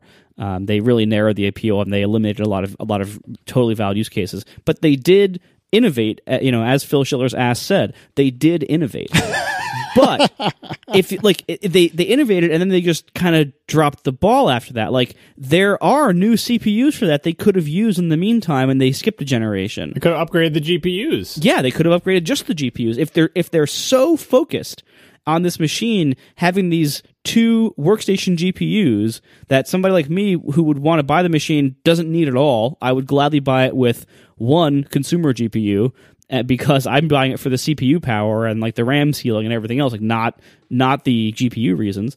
If they're going to refocus the entire machine on this high-end dual GPU use, then follow through on that. And they didn't follow through. The GPUs are sitting there stale forever. I've heard from people who try to use OpenCL for things that it's really kind of had the ball dropped on it as well. That it just seems like they came in and they did this huge redesign and refocus of this product that we weren't really asking for, and then didn't follow through even on that. So that's why I'm so sad for this product, because I love the Mac Pro. I love, especially what it used to be. I love having this extremely flexible, expandable tower that had two CPU sockets, tons of RAM slots. You could put a whole bunch of drives in it. And granted, you can modernize it in other ways. Like, these days you don't maybe need as many drives anymore, because now we're in the era of SSDs, and the drives have gotten so big you don't need as many anymore. So like, you can see them removing some of these things. I do still greatly miss dual socket configurations, and I do greatly miss configurations that don't have two graphics cards, because I don't need them. But I hope they write this at some point soon. I don't know if they will or not, but I really hope they do, and I'm still maintaining some optimism, because if they don't, the iMac 5K is a great product. I'm using mine. I'm almost always very happy with it. I would like a lot more CPU power. So if they make a compelling Mac Pro that I can get 8 cores in reasonably, I would love that. But if the Mac Pro withers away in irrelevance the way it has been over the last few years, and if it's never good again, I still have the iMac, and that's fine. But boy, I wish I could have the Mac Pro back. Just because of CPU speed? Mostly because of CPU speed. And fan quietness. Yeah, exactly. Things like being totally silent at any load level is just kind of more graceful and nice. Having the Xeon class components and the ECC RAM and everything I feel like it makes things slightly more reliable. Having more internal ports, stuff like that. Like more USB ports like built in rather than having to use flaky hubs. Stuff like that. Like I love all those things about the Mac Pro. In many ways, I miss it. And again, if we never get it back the way me or John want it, we'll deal. We'll be okay. But it does seem like a waste that there's all these amazing CPUs out there at the high-end world. Like in the next generation, the Broadwell Xeons, there's a 5 gigahertz part with 4 cores. If you could have a dual socket configuration, have 2 of those, 8 cores at 5 gigahertz, that would be incredible. That would be the best single-threaded and multi-threaded Mac. But they're not going to offer that because the current Mac Pro design is only 1 socket. And the CPUs they use can do two. They just don't offer that machine.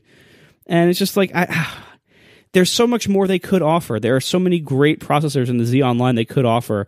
And there are so many use cases the old Mac Pro solved that the new one doesn't. And all those things make me sad. But I'm still hoping for a Mac Pro update soon. We'll see what happens, I guess. Have faith. It'll happen. Hope so. All right, thanks to our 3 sponsors this week, Casper, Warby Parker, and Audible.com, and we will see you next week.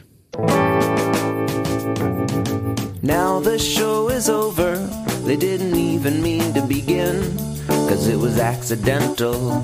Oh, it was accidental. John didn't do any research, Marco and Casey wouldn't let him, 'cause it was accidental. Oh, it was accidental. And you can find the show notes at atp.fm. And if you're into Twitter, you can follow them at CASEYLISS. So that's Casey Liss, MARCOARMENT, Marco Arment, SIRAC, USA Syracuse. It's accidental.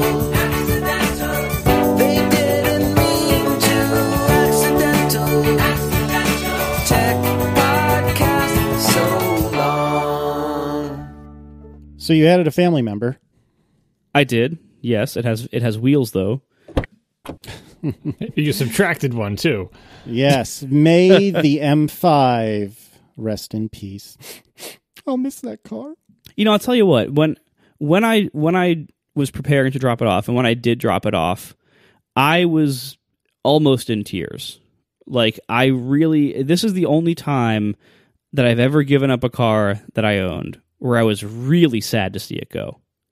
Every other time that I've either stopped having a car or upgraded to a different car, every other time I've been kind of ambivalent toward my old one for some reason. Either before I was leasing, it'd be like because it was costing me a lot of money because it was breaking down constantly, and that's why I was getting a different car. Or like with my previous 3 Series lease, I knew I was upgrading to the M5, so going from a 3 Series to an M5 was a huge jump, and I was like, "Oh man, I'm so excited! This 3 Series, yeah, it'll be fine. I'm going to the M5. Forget the 3 Series."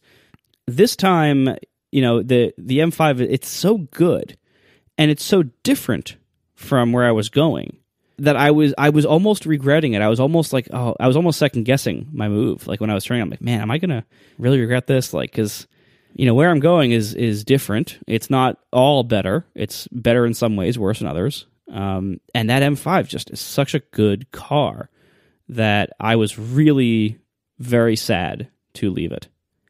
Yeah, I'm sad that you left it behind. I mean, I don't blame you. It's not like you did anything wrong, but I'm sad about it because, I feel like I bonded with that car. I mean, it's the only car I've ever driven. It's the only car I've ever driven in 2 countries. It's the only car that's ever shuffled me around Germany. It's the only car I've ever been in or driven the Nürburgring whatever. We as a group of 4 spent a lot of good times in that car, and you guys as a group of 2 and 3 spent a lot of good times in that car. It's sad, but that's okay because you have bought yourself a Tesla. So, well, I've leased myself a Tesla.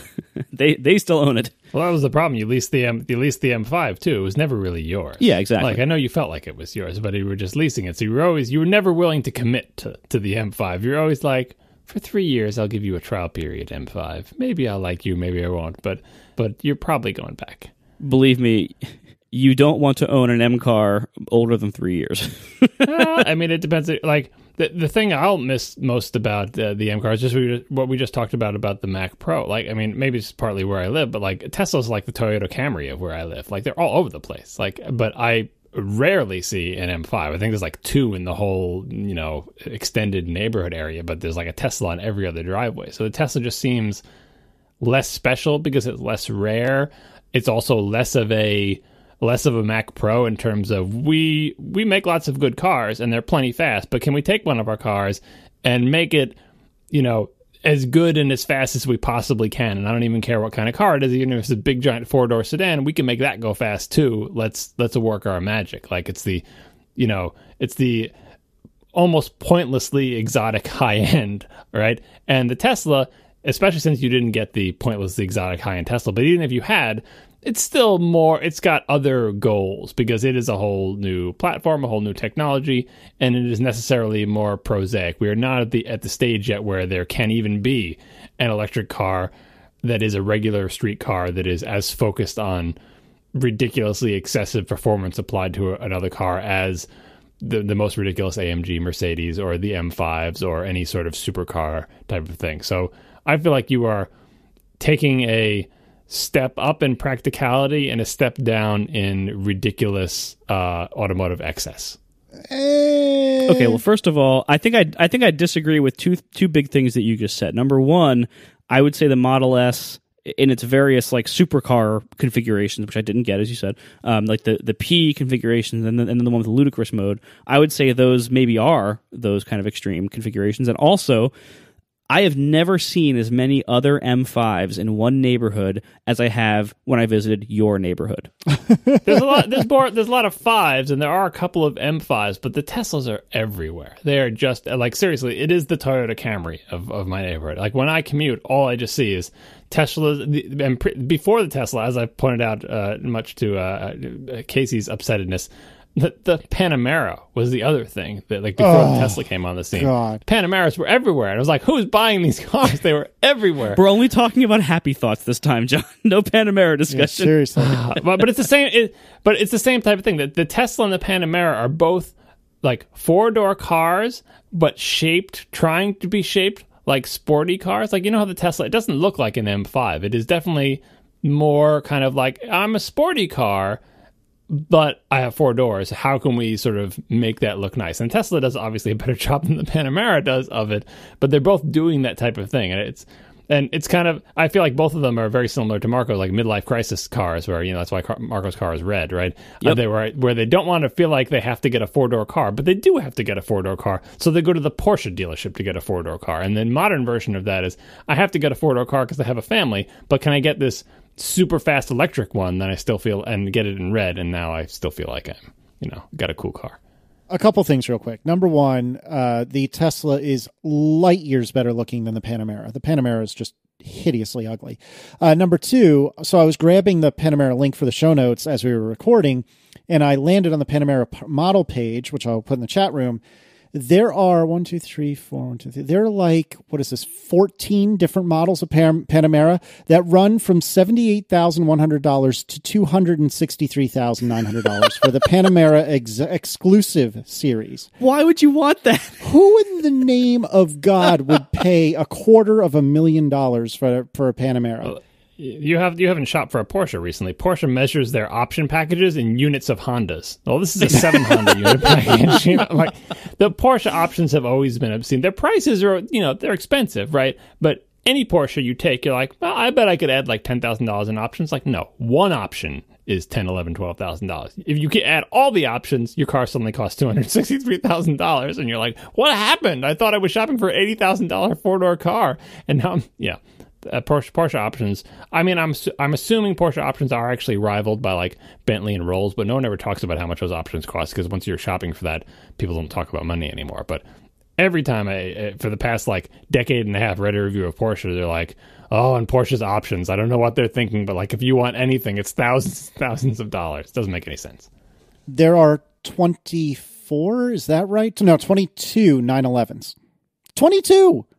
How is that a thing? People like options. I mean, like, if it makes sense for Porsche, like, do you want to pay? I mean, like, all right, so fine. You're going to pay $15,000 for the carbon ceramic brakes. Do you feel like paying $7,000 for a different headliner on the interior? All right, we'll charge you that. Whatever, dude. Like, how do you feel about special headlights for $3,000? Yes? Okay, check that box. Sold. It adds up really fast.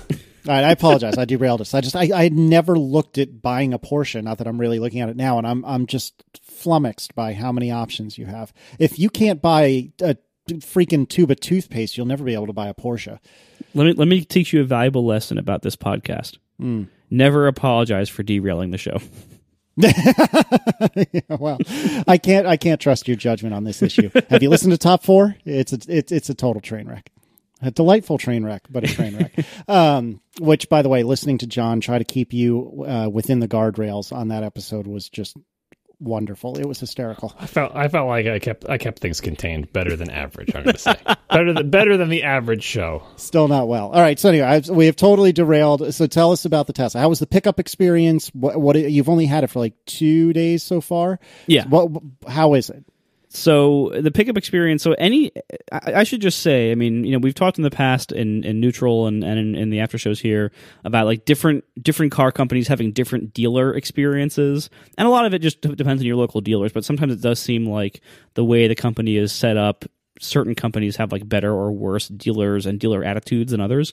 But Tesla, I've been to two different Tesla dealers and talked to a few other people on the phone here and there, and they've all been awesome.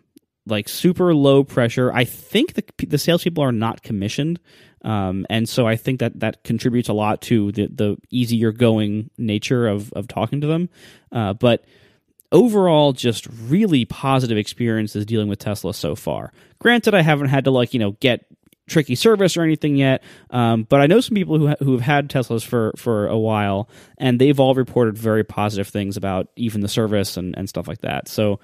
So far, incredibly positive experiences dealing with them as a company.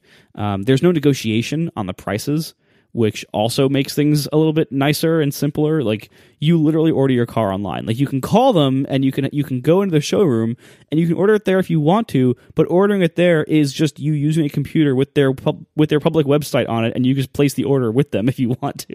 So like it's refreshingly simple and nice, and everybody who works for Tesla who I've interacted with seems like they were from California. Super laid back, like nice, trendy, super nice people. So very, very positive experiences there. The pickup was just like any other car pickup, where you pick it up, you sign some papers, you transfer the license plate and registration. Oh, so that did work out. Yes, I got to keep my blue license plate, my blue and white New York plate, instead of the ugly new yellow ones. This is now the third car this plate will be on. Because I refused to upgrade to the yellow ones because they're hideous on every color of car. So it was just like any other car pickup. You just walk down the stairs and your car is on a rotating platform with the battery connected through the floor on it. It's just really just like, and then you go outside and you're in a different country and you drive on the road 140 miles an hour. So pretty much like every other car pickup. Exactly like every other car pickup, yeah. I re-listened to that partially because I think Underscored said he had just re-listened to that episode of Neutral, and oh man, I felt so bad for John because you really got kind of browbeat into being on that with us. But God, it was a fun episode and a fun trip. But anyway, yeah. So they walked me through like the features of the car and everything, which you promptly forgot.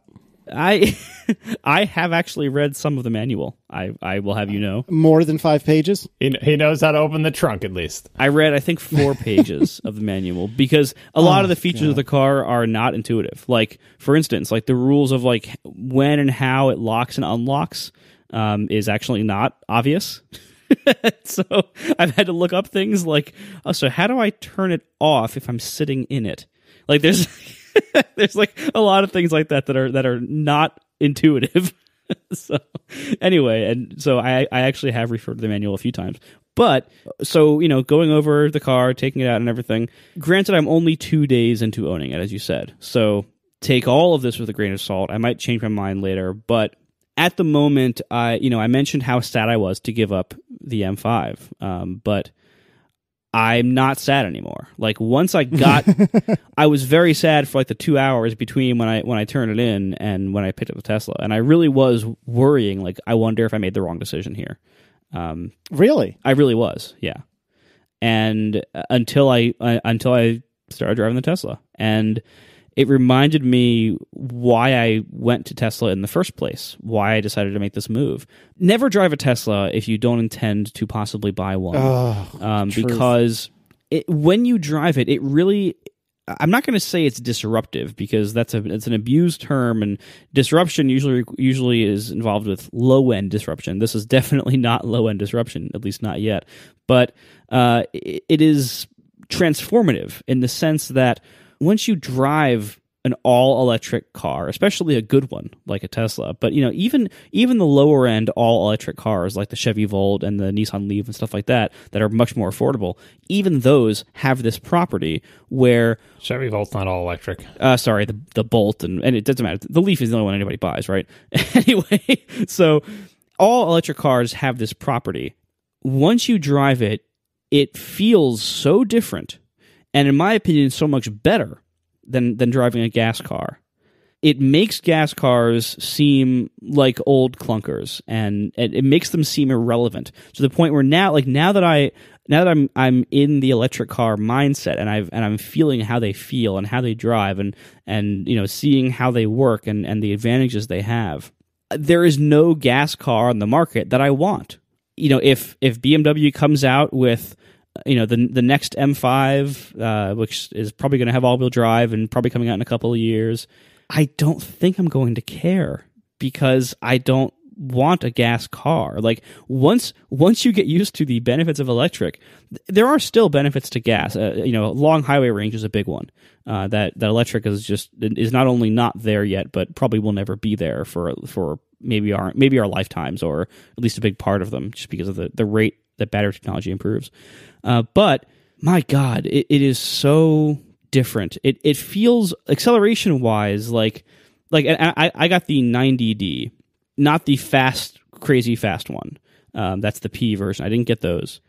I feel like such a douche for even talking about this because I know these are very expensive cars I'm talking about.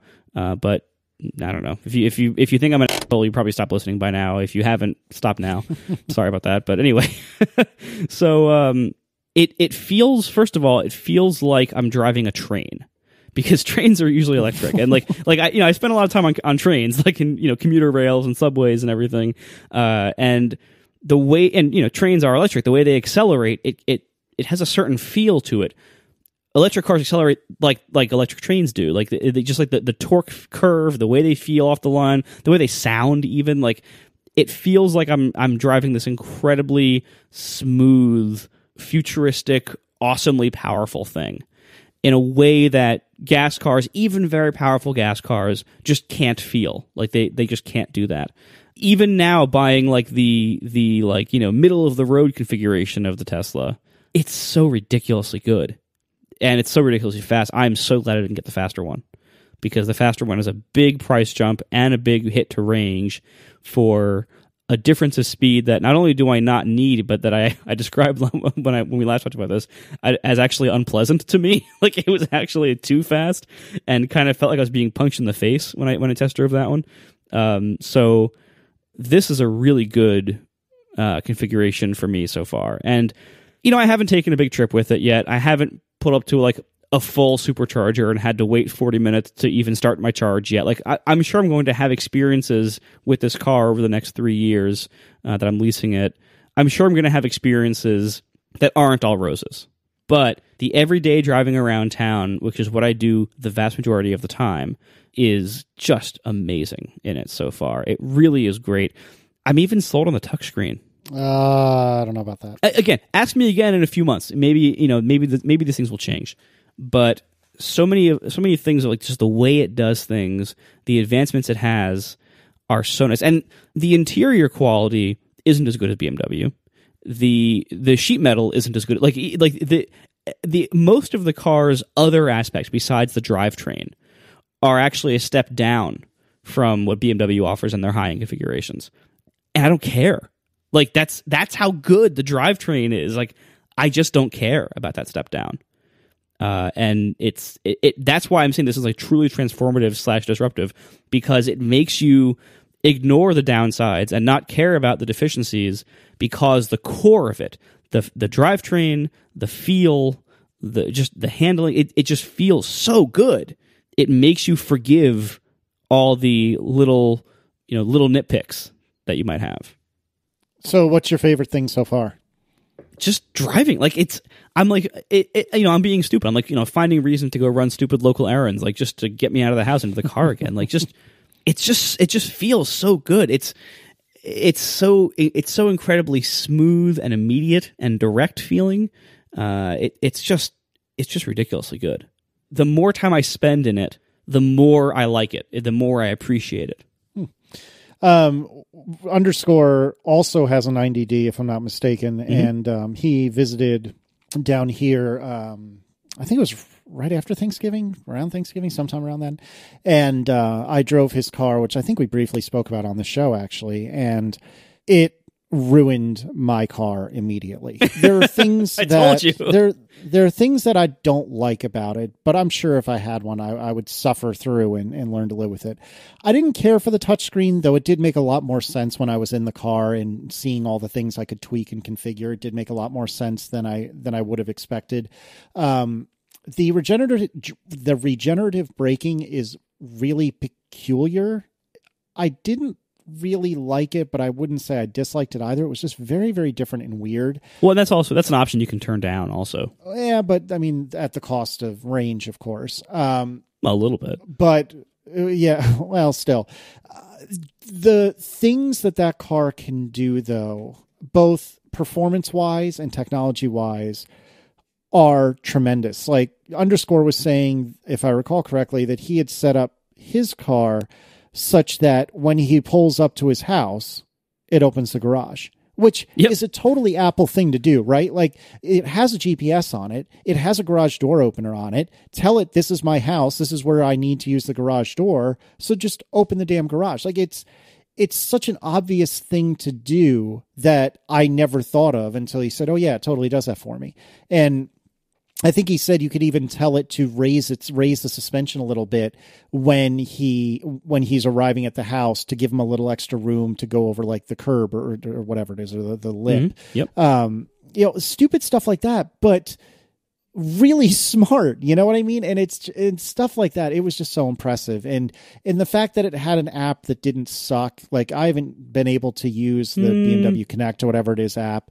Well, it was comparatively less sucky than the BMW app that I had used 2 years ago. Fortunately, there are third-party apps because they just reverse-engineered the API that the official app was calling. Oh, that's totally safe. Yeah.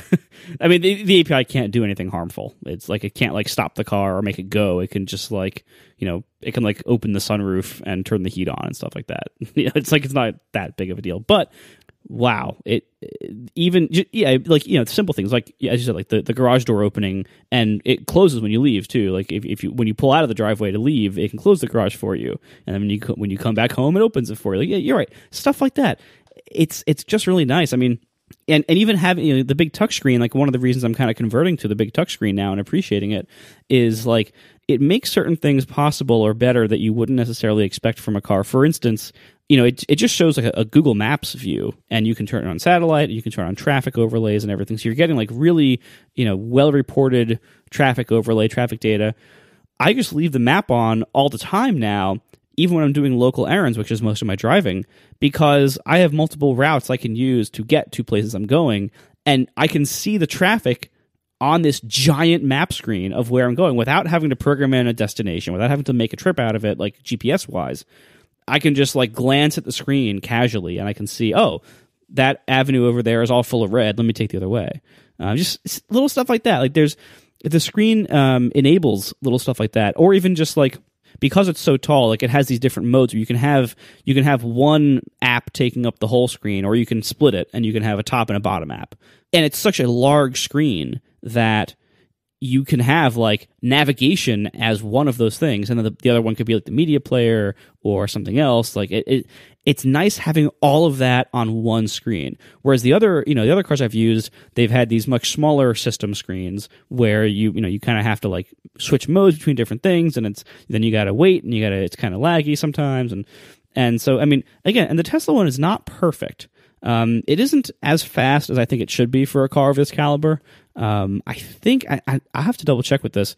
I think I hear a hard drive in there. Oh, interesting. As opposed to an SSD. I think I'm hearing, like, if I'm doing stuff in the car and it's parked, like if I was like setting up the music system, it was parked, so everything was like dead silent. I think they're just piping that in to make you feel more comfortable. That's it. Yep. It's fake hard drive pre-recorded audio. They know the age of the people who buy these things, and they want them to feel like they're in a familiar place with spinning hard drives. Yeah, but like overall, it is more responsive than the BMW system was, and it isn't as responsive as like an iPad, but it's not that far off, and it's really quite nice. Even like simple things, like one of the little things that I like when driving it.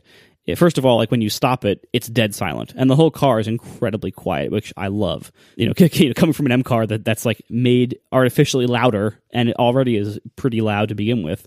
That's a welcome change to have a quiet car for once. Also, I like they have a cool hill hold feature where every time you stop the car fully, by default, it has a hill hold, so it holds the brake for you and it shows a little H on the dashboard when you know it's happening. So you stop at a traffic light, and then you can just take your foot off the brake pedal for the entire time you're waiting. That's weird. Well, the whole car is weird, but at first, like, it seems weird, and then you start playing with it, and you're like, oh, that's really nice, actually. Like, it's just simple things. Like, it's, people always ask, so far about the autopilot stuff and the auto drive and the summoning and everything. And I did autopilot on the test drive. I haven't done summoning or anything else, and I'm probably not going to use these things a lot. I'm a little bit scared to use a beta feature to pull my brand new car in and out of my very tight garage. Oh, come on. I'm probably not going to be doing a lot of that. Speaking of, you got rid of that friggin' M5, and you and I never did a launch control start. Oh, I'm so angry right now. I completely forgot about that. I didn't forget about that, and I actually considered doing one on the day I turned it in, like just that morning. But why wouldn't you have? Because I had 3-year-old tires and it was raining. Oh, Marco! I was like, I don't think, because even a regular, even a non-launch controlled start in that car, the rear tires would just spin. I remember. Oh, I'm so disappointed in you right now. I'm not even mad. I'm just disappointed. Of course. Well, that's okay, though. I'm really curious to see how this goes a couple of different times. I'm curious to see how this goes the next time you go upstate, either to your family or Tiff's family, because Tiff's family is like right on the ragged edge of your available range, right? So the short answer is I don't know yet. I mean, by like the rated range, which of course nobody actually achieves, there's tons of headroom. Okay. By the actual range driven, it seems as though I will probably have enough range to get there and back on one charge, but without a lot of headroom. So I probably won't want to do that. So I will probably be plugging in there. They have, surprisingly, an extra dry air outlet. That is, which I know most people don't have, but they happen to have one because it's upstate and it's crazy up there. So they have an extra dryer outlet that is within close distance of where I could park. So I'll probably plug in there with an adapter. But, it's fine. I mean, and all the rest of the time of my life, I never have to go to a gas station again. That's true. But then if you come visit us, that's something like a 400-mile drive, which you're just not going to be able to do on one charge. And so then you're going to have to do the supercharger dance. Now, to be fair, the superchargers started, I think, on the 95 corridor, which is the road that runs almost directly between you and I. So if you're going to choose a place to test out the superchargers, it's a pretty good place to do it because, I mean, they have plenty of them. But it's still a fairly considerable distance and long enough that you would probably have to stop once, if not twice. Adding a not inconsiderable amount of time to an already like 6 to 8 hour trip to 10, depending on what time you're going. So I'm curious to see if you guys have a reason to visit again. Like, I don't know, maybe if Top Gear or something similar to Top Gear comes out in the fall. I'm curious to see how that trip goes. Yeah, me too. I mean, it could be totally fine. It could make us think, oh, you know what, we should bring a gas car next time we come down here.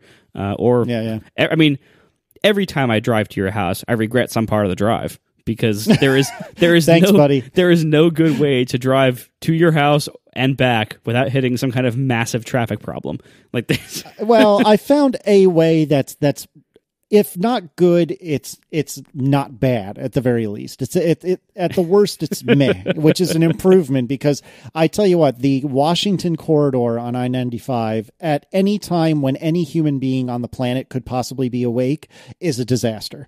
So if you avoid that whole corridor, which I think you guys took that route once, and then I think you ended up in like some other disaster by pure dumb luck, bad luck. Yep. But anyways, there are ways to avoid the bad spots, but you're still, it's a crapshoot no matter what. I don't know. I've been talking a lot. You've been talking a lot. John, what are your thoughts and questions? Well, 2 days in, I don't know. I mean, I really feel like he does have to live with it longer, like especially the touchscreen stuff, because like you've articulated the advantages of that very well, and I totally see all those advantages, but I still just wonder about the minute extra hassle of adjusting the temperature by having to change a screen before you can hit a button, as opposed to a button that's always there. That's just, I mean, I'm annoyed by the physical buttons in my Accord, and those are physical buttons. I'm just annoyed by the fact that they're bad physical buttons. If I had to change a screen to get to it, like, yeah, I don't know. Well, and to be fair, I mean, first of all, this is kind of like you know, transmissions that were bad always annoyed me. And now I just don't have one, and it's fine. You know, maybe having no buttons for you is better than having bad buttons. If you're not a climate control micromanager like I am, you won't bother you as much. I'm not a climate control micromanager. I tend to just like set it and forget it, like the TV commercials always say. Like, you know, I tend to not play with it very often. Also, to be fair, Tesla climate controls are always on screen, and they're always in the same spot. They're always on that bottom row. So you don't have to like change modes to get there. They're always there. So if you do want to make a quick little adjustment, you can, and you know you don't have to like, you know, change screens. That being said, there are actually a good number of buttons. They're like all around the wheel. There's levers and buttons like all over the steering wheel, and some of them are even customizable. You can remap them to do certain things. So actually, like I found, like I was worried about the cruise controls, like for, you know, because like, you know, most good cruise controls you can like manually like set, and you can like raise it up and down by like 1 mile per hour or 5 miles per hour, like by certain gestures or certain pushings of levers. Tesla offers that too. Like they have a lever on the side of the steering wheel. That's the cruise control lever. It's actually easier than BMW because like most other cars, you have to turn the cruise control on as an explicit action, and it's off by default whenever you turn the car on. With Tesla, it's always available. You just hit it and it sets. Like it's like you actually save a step, stuff like that. Like it's actually surprisingly well designed, even in its physical controls, for a car that appears at first glance to not have any physical controls.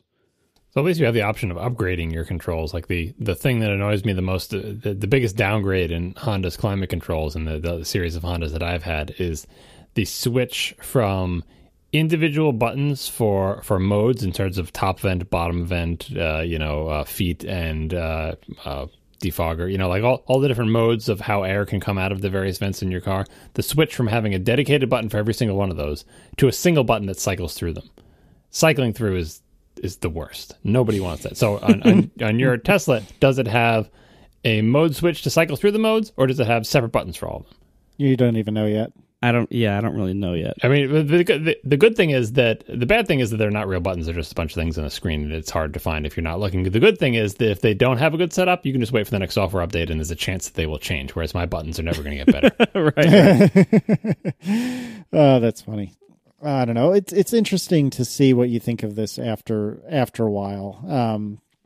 Speaking of the climate control, though, is there an all mode? Yes, there is. That you were missing from the M5? No, the M5 had it. It did? The BMW 5 Series and the older 3 Series have mine does. all modes. Yeah, yours does. The current 3 and 4 Series does not have an all button. So with the current 3 and 4 Series BMWs, if you want to raise the temperature of the whole car by 1 degree, you have to turn 2 different knobs once. I like the idea of whoever came up with that, whoever marketing person came up with like passenger driver split climate control and then front and rear split climate control. The same person who came up with non-smoking sections in restaurants. Like, yeah, exactly. You're all in the same air. You're all in the same air, guys. Like there's a limit. I know, someone can feel better with warm air blowing on them versus cold air blowing on them. But bottom line, that's not a big space. You're all in the same car. Well, but it's just crazy making to me that BMW's current 3 and 4 Series. Yeah, no, that's worse. That's like a fallout of like, so someone came up with this marketing feature that made people feel like it sounds good. We're always different temperatures and this will fix things when it won't fix them. And then on top of that, to build a missed feature that's like, not only did we make the silly feature, but even if you don't want it, now it adds complication to what used to be a simple thing. Right. Like now you have to adjust temperature twice every single time. Like that's crazy. Yeah, that's like at that point, why not just have single zone climate control at that point? Yeah, my car. This is my first car to have dual zone climate control. My current Honda is the first. I mean, if I could have bought it without it, I would have, but it just comes standard. And it annoys me because I never want to use it. Mostly because I'm usually the only person driving the car, and B, the stupid button for in Honda, it's not an all button, it's a sync button. Basically, when sync is on, everything you do to the climate control affects the whole car, which is how it should be all the time, right? And when I go for other buttons on this completely smooth, seemingly featureless expanse of buttons that are defined by slices into the smooth, featureless expanse, or if I'm wearing gloves or whatever, I accidentally bump the sync button and don't notice until like a day later when I realize I've been adjusting the temperature just for quote unquote my side of the car, and the other side of the car is still set to totally the wrong temperature, and it's terrible.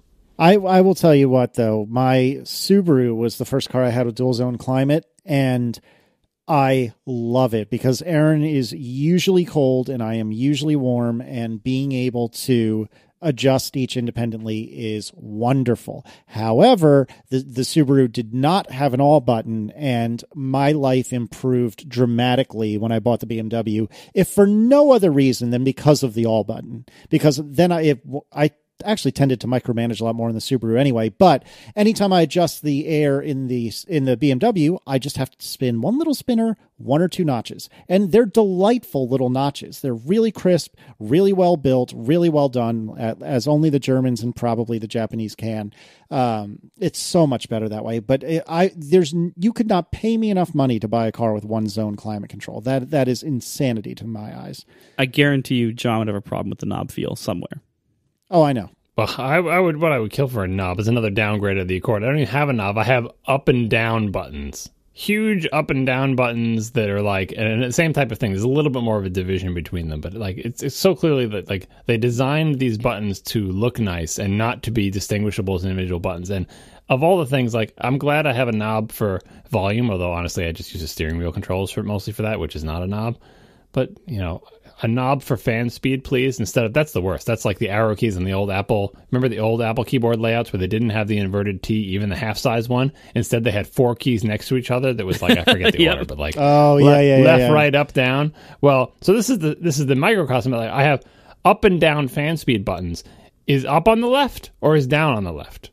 It's completely arbitrary. If you just like I have a picture in my head, I don't even know which one it is now. But every time I've got to think about it and fumble around and figure it out. I would love a knob for that, and I would love a knob for temperature instead of a granted very large like red upward facing arrow button and blue downward facing arrow button for temperature.